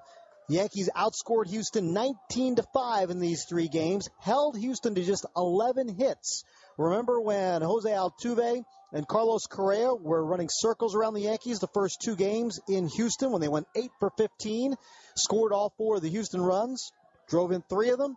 Well, in the last 3 games, Altuve and Correa are 2 for 22. would have been one if it wasn't for that last hit by Correa in the ninth inning. Meanwhile, Aaron Judge and Gary Sanchez were 1 for 14 in those first two games in Houston. Last three games, well, these numbers don't jump off. 7 for 20. That's pretty good. But 3 home runs, 3 doubles, and 11 runs batted in by that pair over the last 3 games. 7 for 20 is still 350, remember. But they have hit for extra bases. They have hit with men on base. They have driven in runs. And Aaron Judge and Gary Sanchez have recovered nicely, as have the Yankees yet again after that 2-0 hole, and they are now unbeaten at home in this postseason. They, of course, won the wild card game, the 2 games against the Indians and 3 here against the Astros. Masahiro Tanaka has been brilliant, really, since his last regular season start. When he struck out 15 Toronto Blue Jays, he has been shutting down opponents ever since. He has now allowed just 2 runs in 20 innings over 3 starts this postseason, 7 scoreless on 3 hits tonight as the Yankees beat the Astros 5-0. They head to Houston 1 win away from going to the World Series. When we come back, you'll hear the highlights of this 5-0 win in Game 5. We'll hear all the reaction from downstairs from manager Joe Girardi, plus some Yankee players, Suzyn Waldman's clubhouse report, and also some reaction from the Houston side. Ed Coleman is with us as well as we wrap up the home portion of this ALCS. The Yankees will head to Houston, and then if they win there, we'll head to the National League city with the Dodgers right now leading the Cubs 3-0 in that best-of-7 NLCS. But still some more work to do for the Yankees, and still some more work for us to do here. Yankees win at 5-0. We're back with more in a moment. This is the Agera Energy Yankees postgame show on the WFAN Yankees Radio Network. We're back on the Agera Energy Yankees postgame show. I'm Sweeney Murdy. The Yankees have moved to within 1 victory of the American League pennant. They beat the Astros 5-0 in Game 5. Heading off to Houston. The next game is Friday night, Game 6. The Yankees with a chance to clinch there, and that is Luis Severino against Justin Verlander. Time right now to listen back to the highlights of this game, brought to you by Smithtown Nissan. See FINA first at Smithtown Nissan. They're staying on top by keeping their prices at the bottom. First pitch today was at 5-11, 74 degrees and beautiful here in the Bronx. Your pitching matchup was Masahiro Tanaka against Dallas Keuchel, rematch from Game 1. And Tanaka worked around a first-inning error by Todd Frazier that put Jose Altuve on, and a leadoff double by Yuli Gurriel in the second. He recorded 5 ground ball outs to keep the Astros off the board in the first 2, and the Yankees facing Dallas Keuchel were set down 1-2-3 on 12 pitches in the first, and then the first 2 batters retired in the second. Gregorius and Hicks, and it looked like same old Dallas Keuchel, but then Starlin Castro ripped a double with 2 outs. He's standing on second when Greg Bird came to bat. And here's the 2-0 to Bird. Swung on in line, base hit, over first, down the right field line, into the right field corner. Scoring is Castro. It is a ribby signal for Greg Bird. Another bullet over first down the line, and the Yankees take a 1-0 lead. Came on a 2-0 pitch. Now on the 1-0, Keuchel thought he had a strike, and it was called a ball, so Bird has had 2-0. Keuchel had a little bit of an issue with that, thought it should have been 1-1. The 2-0 pitch is what Bird ripped down the right field line. Not a bad pitch either. In on him, he turned and drove in the run, and the Yankees are up 1-0 after 2 innings. They scored again in the third when Chase Headley singled to start things off. He was erased on a fielder's choice grounder by Brett Gardner. So Gardner's on first, and then he turned on the Jets when Aaron Judge drove him in. Here's the 1-1. Hit on the ground, fair, over third, down the left field line, rolling to the left field corner, extra bases. Gardner flying around third. They're going to send him. The relay throw home is not in time. It is a ribby double for Aaron Judge. A hot shot over the bag at third. Gardner scores from first, and the Yankees take a 2-0 lead. And 49,000 plus going crazy with this 2-0 lead against Dallas Keuchel, the pitcher the Yankees could not solve for the last few years, including Game 1 of this series. So it's 2-0 there, and Tanaka is now rolling along as well. He's allowed only 2 hits through the first 4 innings, a ton of ground ball outs, 2 strikeouts. He ran into his really only trouble of the night in the 5th inning with 1 out, a single by Marwin Gonzalez. A wild pitch moved him up, and Brian McCann walked to bring it back to the top of the order. First and second, 1 out. George Springer and Josh Reddick were up, and Tanaka took care of them both. Runners lead at first and second with only one out in the fifth. And Tanaka ahead on the count will deal 1-2 to Springer. The pitch is strike three. Fastball outside corner of the knees. Great pitch. Now the right-hander is set to go. And the 1-2. Struck him out swinging. Splitter. Strikeout number 5 for Massa. Striking out the side in the fifth inning, and those last two with a couple on base protecting the 2-0 lead. Tanaka had 78 pitches through 5, and that was the last real threat against him. In the bottom of the fifth, the Yankees knocked out Dallas Keuchel. It started with a loud first out off the bat of Todd Frazier to deep center field. Chase Headley dribbled one in the infield for a hit. It was thrown away by Alex Bregman, so he's standing on second with one out. Brett Gardner tapped out to the mound, and Headley stayed put, so it's 2 outs. Headley on second base. Aaron Judge drew a walk. It brought up Gary Sanchez, and this is where the crowd really got into it because Dallas Keuchel was on the ropes and would soon be knocked out. The runners lead 0-1. Line hard, base hit, over third, down the left field line, rolling to the left field corner. One run has scored, and they'll hold Judge at third. Sanchez, halfway to second, went back to first. It is a bullet line drive, ribby single by Sanchez, and the Yankees take a 3-0 lead. Still first and third with 2 outs. Didi Gregorius up, and the hit that knocked out Dallas Keuchel comes off his bat. It's the turning point of the game, brought to you by Wendy's, proud sponsor of the New York Yankees. 3-2. Swung on, grounded toward the middle, and through a base hit center field. Judge scores. Sanchez goes to third. It is a 2-out ribby single by Didi Gregorius. Yes, indeedy. And the Yankees now take a 4-0 lead, and they are going nuts in the Bronx. And here comes AJ. Now be all for Keuchel. Knocked out after 4 2/3, 7 hits and 4 runs. He walked 1 and struck out 8, but he was down 4-0. And Tanaka wasn't going to let that one get away. Turning point of the game brought to you by Adorama. So much more than a camera store online at Adorama.com. Tanaka, after that mess in the fifth inning, retired 6 up, 6 down in the 6th and the 7th. 3 more strikeouts. He finished with 8 on the night. Walked just 1, gave up 3 hits over 7 scoreless innings, and turned it over to Tommy Kahnle. But before that, the Yankees put the finishing touches on their offensive performance. Will Harris came in to relieve Keuchel in that 5th inning. Brad Peacock started the 6th inning, came in the 6th inning, and started the 7th as well. With 1 out in that 7th, he faced Gary Sanchez, and this was your drive of the game. Pitch swung on. There goes deep left. It is high. It is far. There it is gone. He is the Sanchino. Oh, that's part of the power report. Gary Sanchez hits his 3rd playoff home run, and the Yankees take a 5-0 lead. Gary is scary. He homers to left. 5-0 Yanks. Drive of the game is brought to you by your Tri-State Audi dealers. See your Tri-State Audi dealer today. Test drive the all-new Audi Q5 SUV with Quattro all-wheel drive, or go to AudiOffers.com. 5-0. Tanaka's done after 7 innings, 103 pitches, and scoreless ball. Tommy Kahnle comes on, and he was 3 up, 3 down in the 8th inning. In the 9th, he got the first out. Jose Altuve, Carlos Correa doubled. Yuli Gurriel grounded out, and then it was Alex Bregman to close things out as the Yankees took the 3-2 lead here in the Bronx. And the pitch is swung on, hit in the air to center. Hicks coming in, makes the catch. Ball game over. Yankees win. The Yankees win. Oh, the New York Yankees get off the deck. They lose the first 2 games in Houston, 2-1 and 2-1.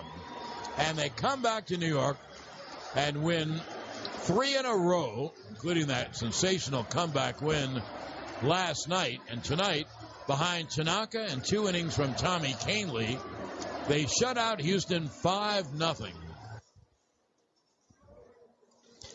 and take a 3-2 lead in this best-of-7 ALCS. Masahiro Tanaka picks up the win with 7 scoreless. He is your player of the game, brought to you by your Tri-State Ford dealers. You heard our turning point of the game. Tune into our flagship station, WFAN, tomorrow between 10 and 11 a.m. to correctly identify the Yankees' turning point. You'll have a chance to win a 4-pack of Yankees tickets and a Wendy's gift certificate brought to you by Adorama. So much more than the camera store online at Adorama.com.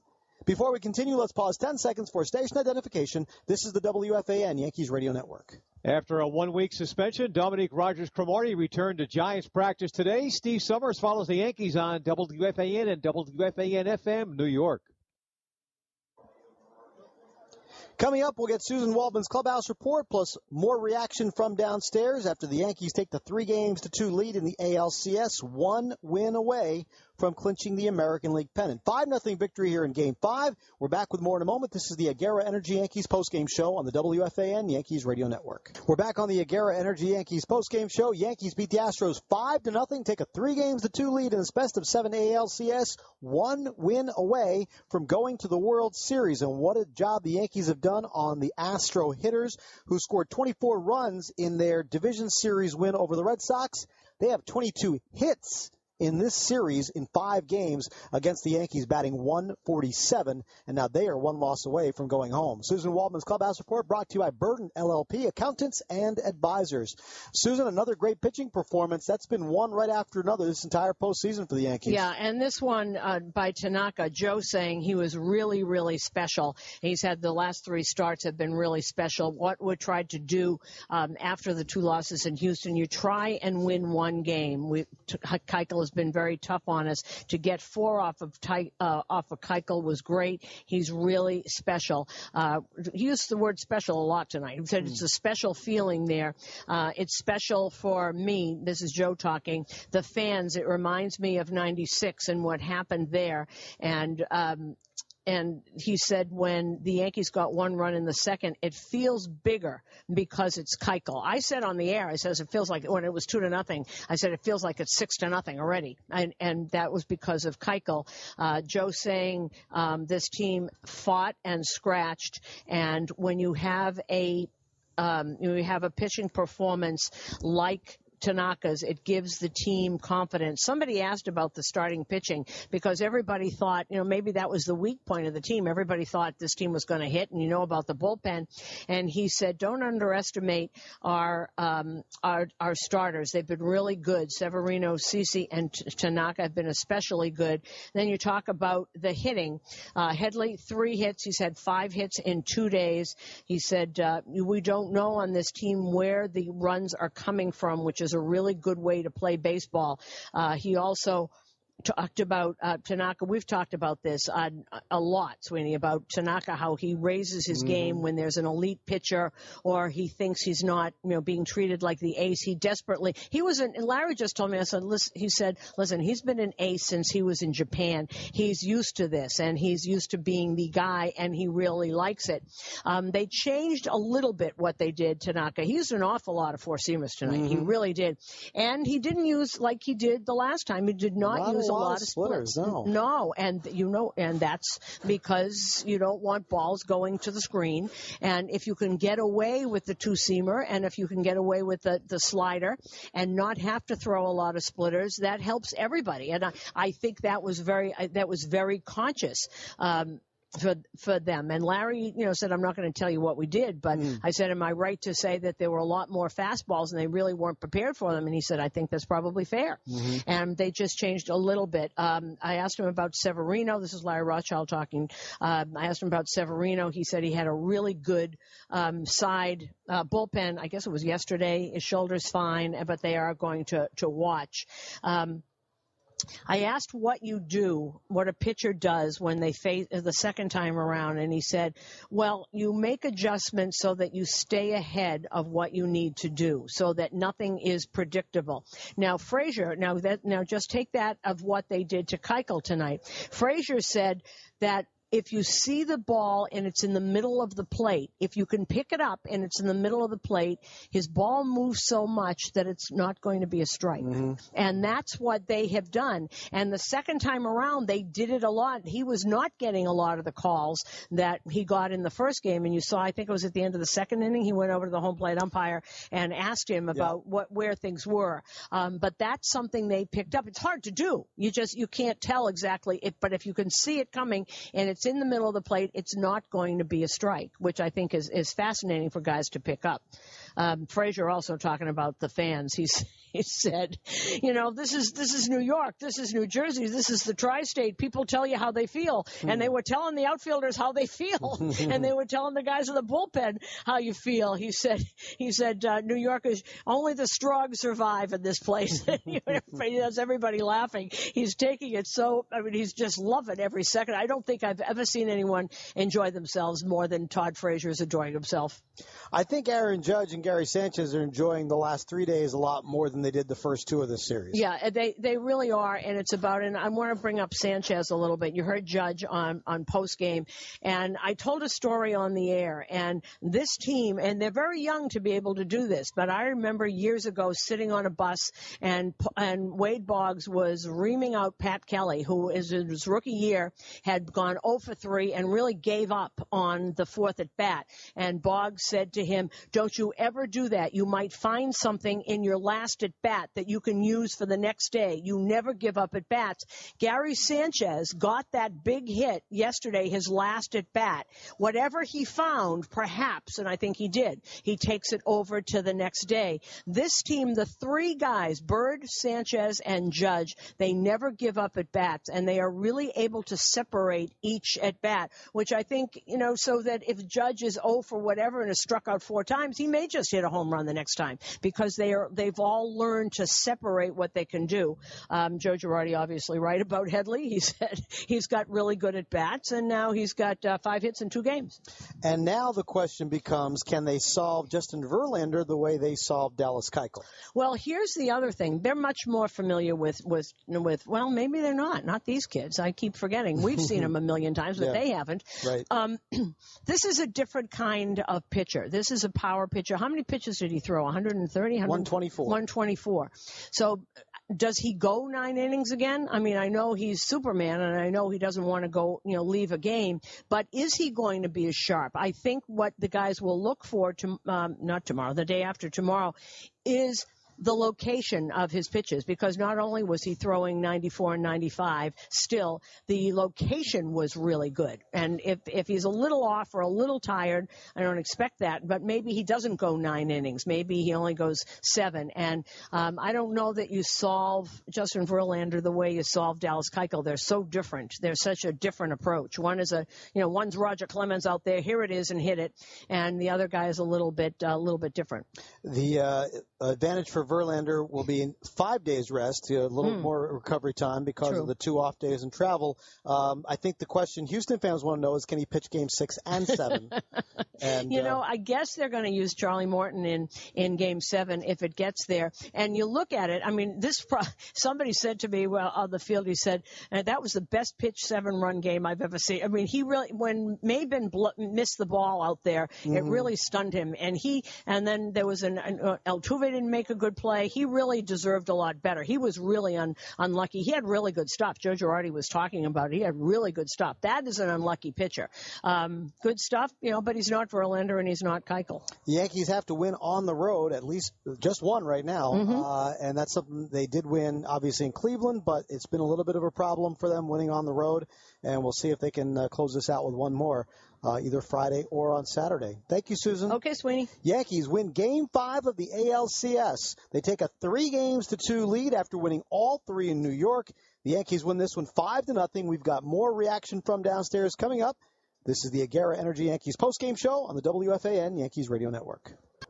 We're back on the Agera Energy Yankees postgame show. I'm Sweeney Murdy. Yankees win the 5th game and the 3rd game here at Yankee Stadium by the final of 5-0, take a 3-2 lead in this best-of-7 ALCS. A chance to clinch the American League pennant Friday night in Houston. Game 6 is Luis Severino against Justin Verlander. Before we get there, let's get more on this game. Time for Sounds of the Game, and it's brought to you by Bose. The best headphones from Bose are now even better because they're the first headphones to feature the Google Assistant built in. Available at Adorama and Adorama.com. Let's listen in first to Yankees manager Joe Girardi. He was special again. I mean, you look at his 3 starts in the playoffs; they've been special.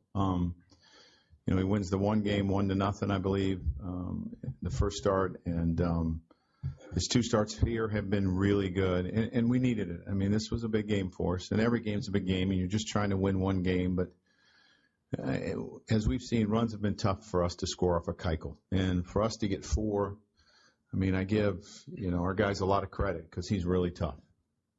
Questions for Joe? To your left, Joe. Joe, I know you've been asked this a few times this postseason, but especially this week, does this start to feel like 1996 again? I mean, no team's ever come back from 2-2 deficits in the wild card area, and you guys have a chance to do that. Yeah, it's a special feeling. As I've said, being back here, watching our fans brings back a lot of special memories for me as a player, and it's just I try to soak it in as much as possible, paying attention to the fans and the noise that they're making, and they've been a big help. So it's really good. To your right, Joe Meredith.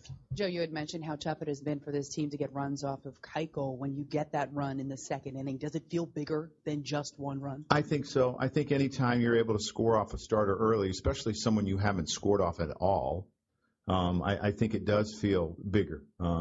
Yes, we can break through, and you get 2 hits in a row, a double by Castro, and then a big hit by Berg, and then the next big hit came from Judge, and we just kept putting them up. The next big one came from Sanchez, who had really struggled off of Keuchel.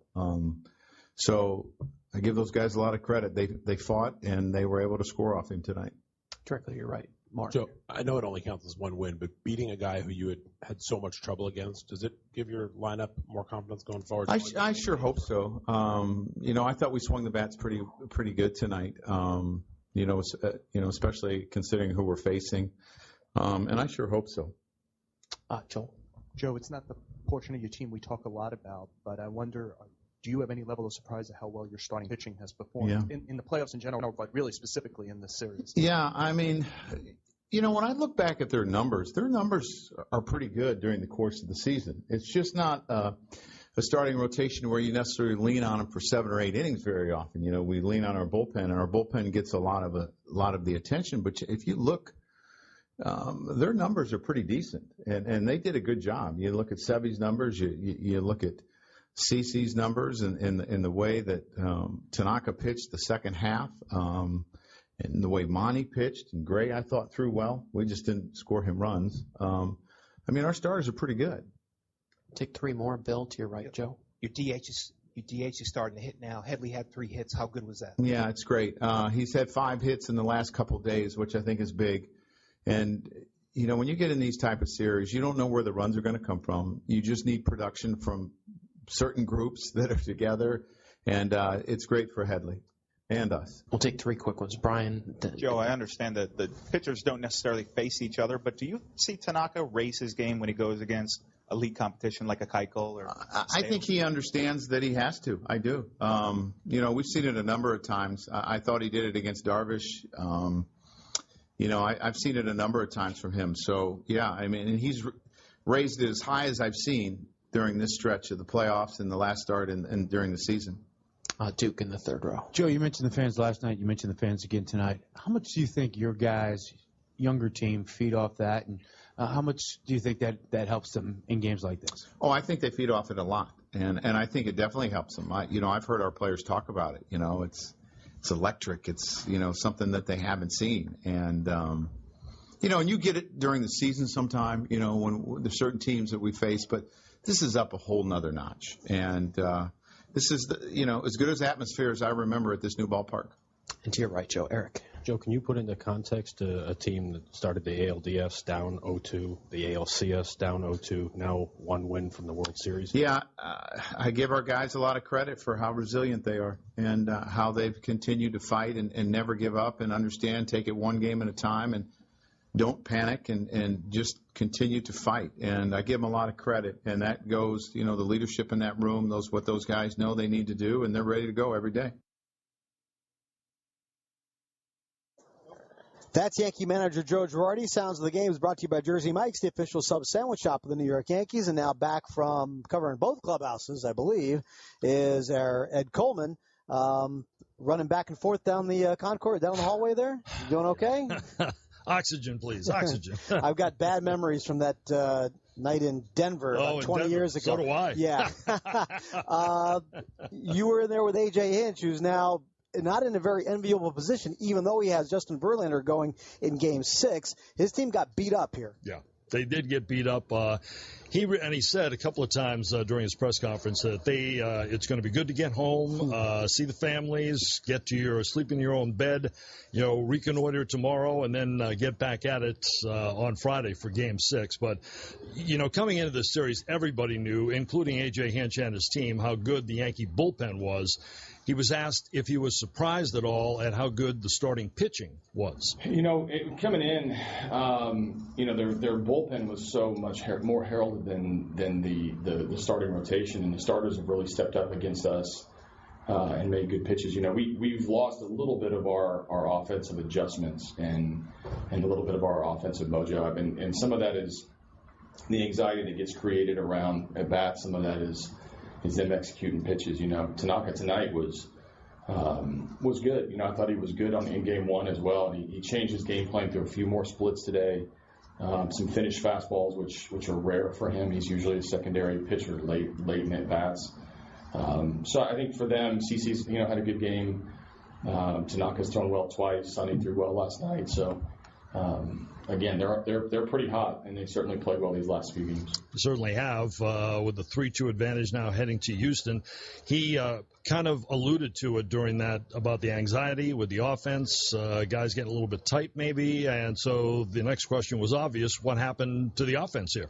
Yeah, it was it's rare because of how much offense we put up through the first 6 months of the season. So, and even in the division series, we've swung the bats very well, and to this day, I believe, we're one good game away from coming out of it. We're going to go home. We hit well. We get a day off tomorrow, which is probably the most important thing, and try to make some offensive adjustments. The playoffs. As we talked earlier today about advanced scouting and about trying to expose some weaknesses, and if they get you to crack a little bit outside your game plan, then they've got you. And we haven't stayed in our game plan quite well enough, obviously, to make some adjustments. But getting pull happy today a little bit against Tanaka hurt us, and then as the game went on, you could feel the sort of game shortening, and as they separated, made it difficult for us to come back. A.J. Hinch talked about maybe gripping the bat a little bit too tight toward the end, the anxiety that sets in after a while. And, they know they're a better offensive team than what they showed here. They have to go home and prove it. But, the real question is, and it's not up to just two guys in Altuve and Correa, Sweeney, but, will the real Altuve and Correa, stand up? Was it the guys who had 8 hits down in Houston in the 2 games, or Altuve off the board here and Correa 2 hits, 1 an infield hit? The only one he really spanked was the last one. End. Yeah, the double at the end. So, those guys have to come alive. They were 8 for 15 with 4. They scored all 4 Houston runs in those 2 games, in the first 2 games. In the 3 games here, they were 2 for 22. And the tables turned for Judge and Sanchez, who were 1 for 14 in Houston. They were 7 for 20, which is 350, but it doesn't seem like that. But it's not like 12 for 20. But of the 7 hits, 3 home runs, 3 doubles, and they drove in 11 runs in these 3 games. Aaron Judge doesn't have a lot of hits, but 6 of his 8 hits in the postseason, not just series, the postseason, have driven in runs. When there are still men on it seems it's easier to pitch to him when there's nobody on. But when there are men on base, they're trying what they can, and he's getting the big hit. And you probably hit it, too, with out of those 7 for 20, Sanchez started what? 0 for Yeah. What? He was, let's see, he was 0 for 7. He was 0 for 11. He was 11, 12, 13, 0 for 13 until a sacrifice fly in in the 7th inning yesterday. Right. And then the double, and then 2 more hits tonight. Sanchez is coming alive. Justin Verlander did not speak in the Astro locker room. I guess he'll do that tomorrow. Luis Severino did in the Yankee locker room. Hold on to that thought. We're going to come back with that and get some thoughts from Severino, the Game 6 starter, in just a moment. Gave you those numbers on Judge and Severino. They are today's top performers, brought to you by Drake's Cakes. Back with more from Yankee Stadium. Yankees win at 5-0, 3-2 lead in this best-of-7 ALCS. This is the Agera Energy Yankees postgame show on the WFAN Yankees Radio Network.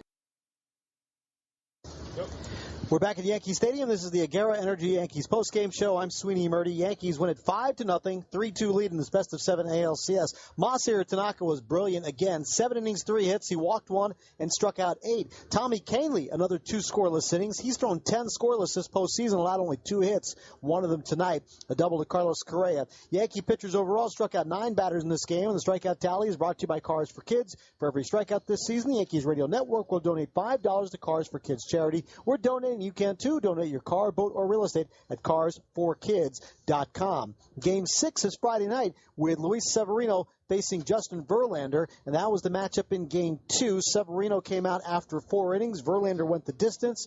We're back with Ed Coleman, and Luis Severino addressed you guys downstairs about his big Game 6 assignment. He did, and he is all set. A, he said he's healthy. B, he said he's not worried about innings limits at all. He can push it as far as you want, even past this game. And C, he says he's good to go, not 100%, but 110%. I feel good. I can go, all the way. My body feels good. My arm feels great. So I can go, 24, 40. I'm good for that. Verlander's going for them. Are you figuring you're going to have to be at your best to beat him? I mean, they pitching against. He's pitching against the hitters, and that's not my problem. I just want to go over there and try to have fun and face, the Houston hitters. He did great last time. Keiko did great last time. What happened? So we're gonna see. We got a good team, and they're fighting. They're gonna ground to the final. Can you build off what the rest of the team is doing? Having won 3 in a row and playing so well, does that get you going as well? Yeah, of course. For the beginning of the playoffs, I see the guys, do the best they can to get us, farther. And they're gonna do the best they can to get to the World Series. Just how good the Astros have been hitting all season. Does it feel a little special that you guys have been able to string together so many good starts in the rotation? Yeah, of course. They're a good team. They can hit the ball, and the stuff that Tanaka are doing, their postseason is amazing. I don't know how he's doing that, but like I say, I will try my best to get it to the next level. All right, Luis Severino, you got the sense in listening to him, Sweeney, that he's anxious to get back out there and confident to get back out there, too. You watch CC go deep. He watched Tanaka, of course, go deep in a couple of games as well, too. So he'd like to go a little bit further, I think, than he did the last time. And he knows what's at stake. You go up against Verlander, that's tough. But, if he goes out and pitches his game, then I think he'll be pretty tough, too. He was good in Game 2, the 4 innings. Give the home run to Correa. Remember, that's the one in right field that Judge kind of didn't quite have his bearings by the outfield wall, and the kid reached over and pulled it in. Right. That was the home run. That's the only home run that the Astros have hit. Astros have done nothing offensively. They have 22 hits and 9 runs in 5 games. They're batting .147. That is probably the bigger part of the story than what Justin Verlander can do coming back on 5 days rest after his complete game victory. Yeah, it's very true. We talked about Correa and Altuve, and obviously they're the focal point. But you look at Josh Reddick, 0 for 17, I think it is, and Bregman really has done nothing. Those are 2 big bats in their lineup. Obviously, Gurriel has had his moments, but for the most part, nobody else has really chipped in. So it's not just on them. It's kind of a team-wide thing, and a lot of that traces back to the Yankee pitching. The bullpen is great, and the starting pitching has now kicked it in, too. So, before we continue again looking at Game 6, one more look back at this game. Chase Headley had a lot of big hits in this game, part of a couple of rallies in the 3rd and the 5th. He was 3 for 4 on the night. Headley started to swing better against Verlander, and has had a couple of other, had 1 hit in Game 3. when he got the infield hit as part of the 4-run rally in game in the fourth inning of Game 3 against Charlie Morton. Anyway, 3 hits tonight for Chase Headley, and let's listen to Headley speaking with reporters in the interview room a few moments ago. DHs were not producing until a couple of days ago. You really started to get it going. What have you done to be successful lately? Well, I think you just have to keep in mind that sometimes, in 15 at-bats, things aren't going to go your way. And, the last 4 or 5 at-bats before I started getting some hits, I had some better at-bats and just try to stick with the plan and trust that the results were going to come. In the back, Chase, right. Chase, obviously in the past you've had a lot of difficulty with Keuchel as a team. Why were you able to break through tonight against them? Well, I think a couple things. One, I think whenever you face a pitcher, twice in a week, it makes it a little bit easier for the hitters. You kind of understand what his stuff's doing.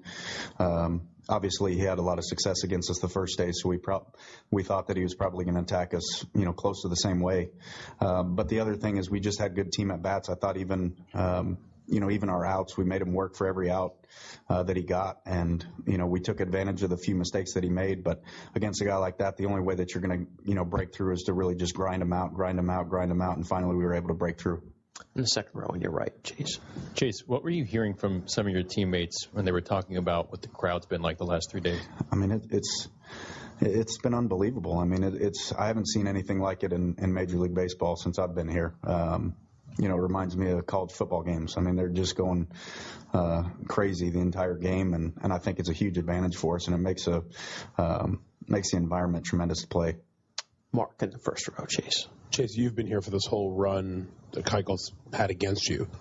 Does it feel bigger beating him finally? I mean, knowing how good he's been against you, playoffs, regular season, every time he's faced you. I think that it's anytime you break through against a pitcher, or a team that's really had your number, you can take a lot of confidence away from that. Obviously, we know we got another really good one coming in a couple days, but it was important. We needed to win here, and we were able to do that. And obviously, to beat him, you really do something if you're able to beat a pitcher like that. And you've beat Kluber twice. You've beat him. You scored against some good pitchers.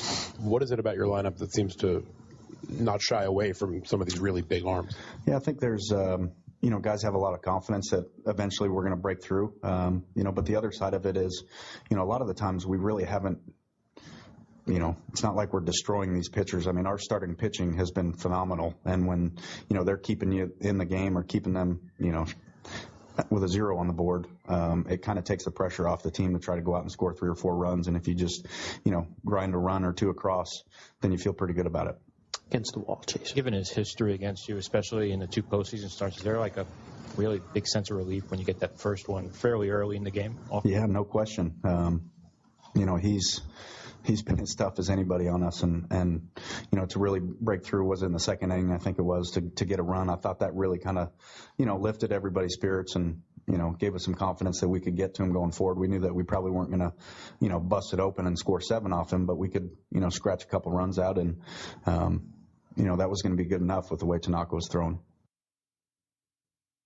I don't really want to be Debbie Downer on this, but testing this theory about the Yankees beating good pitchers is going to be Justin Verlander, who only gave up 5 hits. He struck out 13, got better as the night went on. The only thing I can see that might give, the Yankees obviously have confidence going in. They have a head of steam rolling after 19 runs and 25 hits the last 3 games.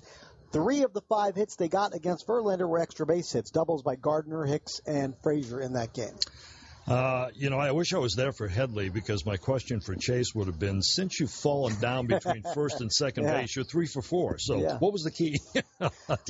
He obviously did not get the memo that the Yankee DH is supposed to be a black hole. Yes. So he's taken off, and that's 2 good at-bats against Verlander, in Game 2. Yes. And then he's taken off since then. So he'll obviously DH in Game 6 on Friday. I don't think they're expecting line changes. We're giving you a lot of numbers. I think there's only one number here that matters, though, and I think Yankee fans might take up a GoFundMe account for you for a trip to Houston when they hear this. Go ahead and hit them. That is, I have not seen the Yankees lose in person this year. Now, they're all small sample size. It's a small sample size. I can't say they're all home games. Correct. 1 against Minnesota, 2 against Cleveland, and 3 here against Houston, all home games.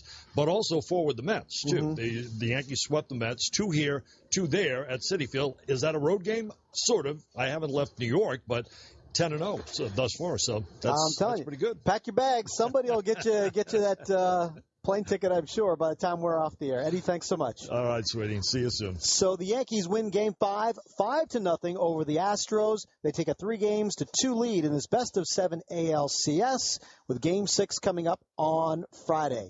We'll have more in just a moment. This is the Agera Energy Yankees postgame show on the WFAN Yankees Radio Network.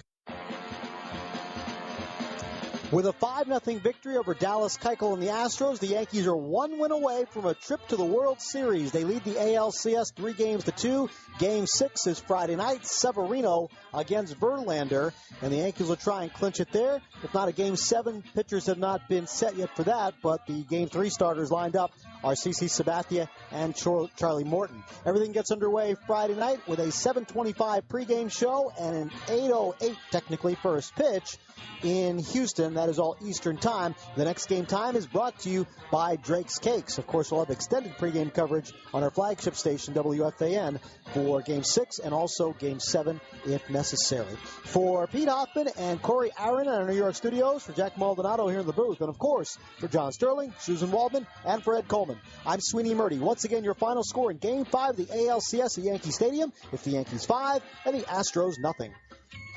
The Yankees Agera Energy postgame show was powered by Agera Energy. Energy to power your world. Visit AgeraFan.com for a hassle-free quote. And was also brought to you by Bigelow Tea, New York's hot tea of choice. Lexus of Route 10 in Whippany, New Jersey. Zen Burger, the upscale burger restaurant offering gourmet burgers combined with perfectly paired wine selections. By the new Bose Quiet Comfort 35 wireless headphones 2. Now with a Google Assist built in. And Jersey Mike's, a sub above. It's Yankees baseball on the WFAN Yankees Radio Network.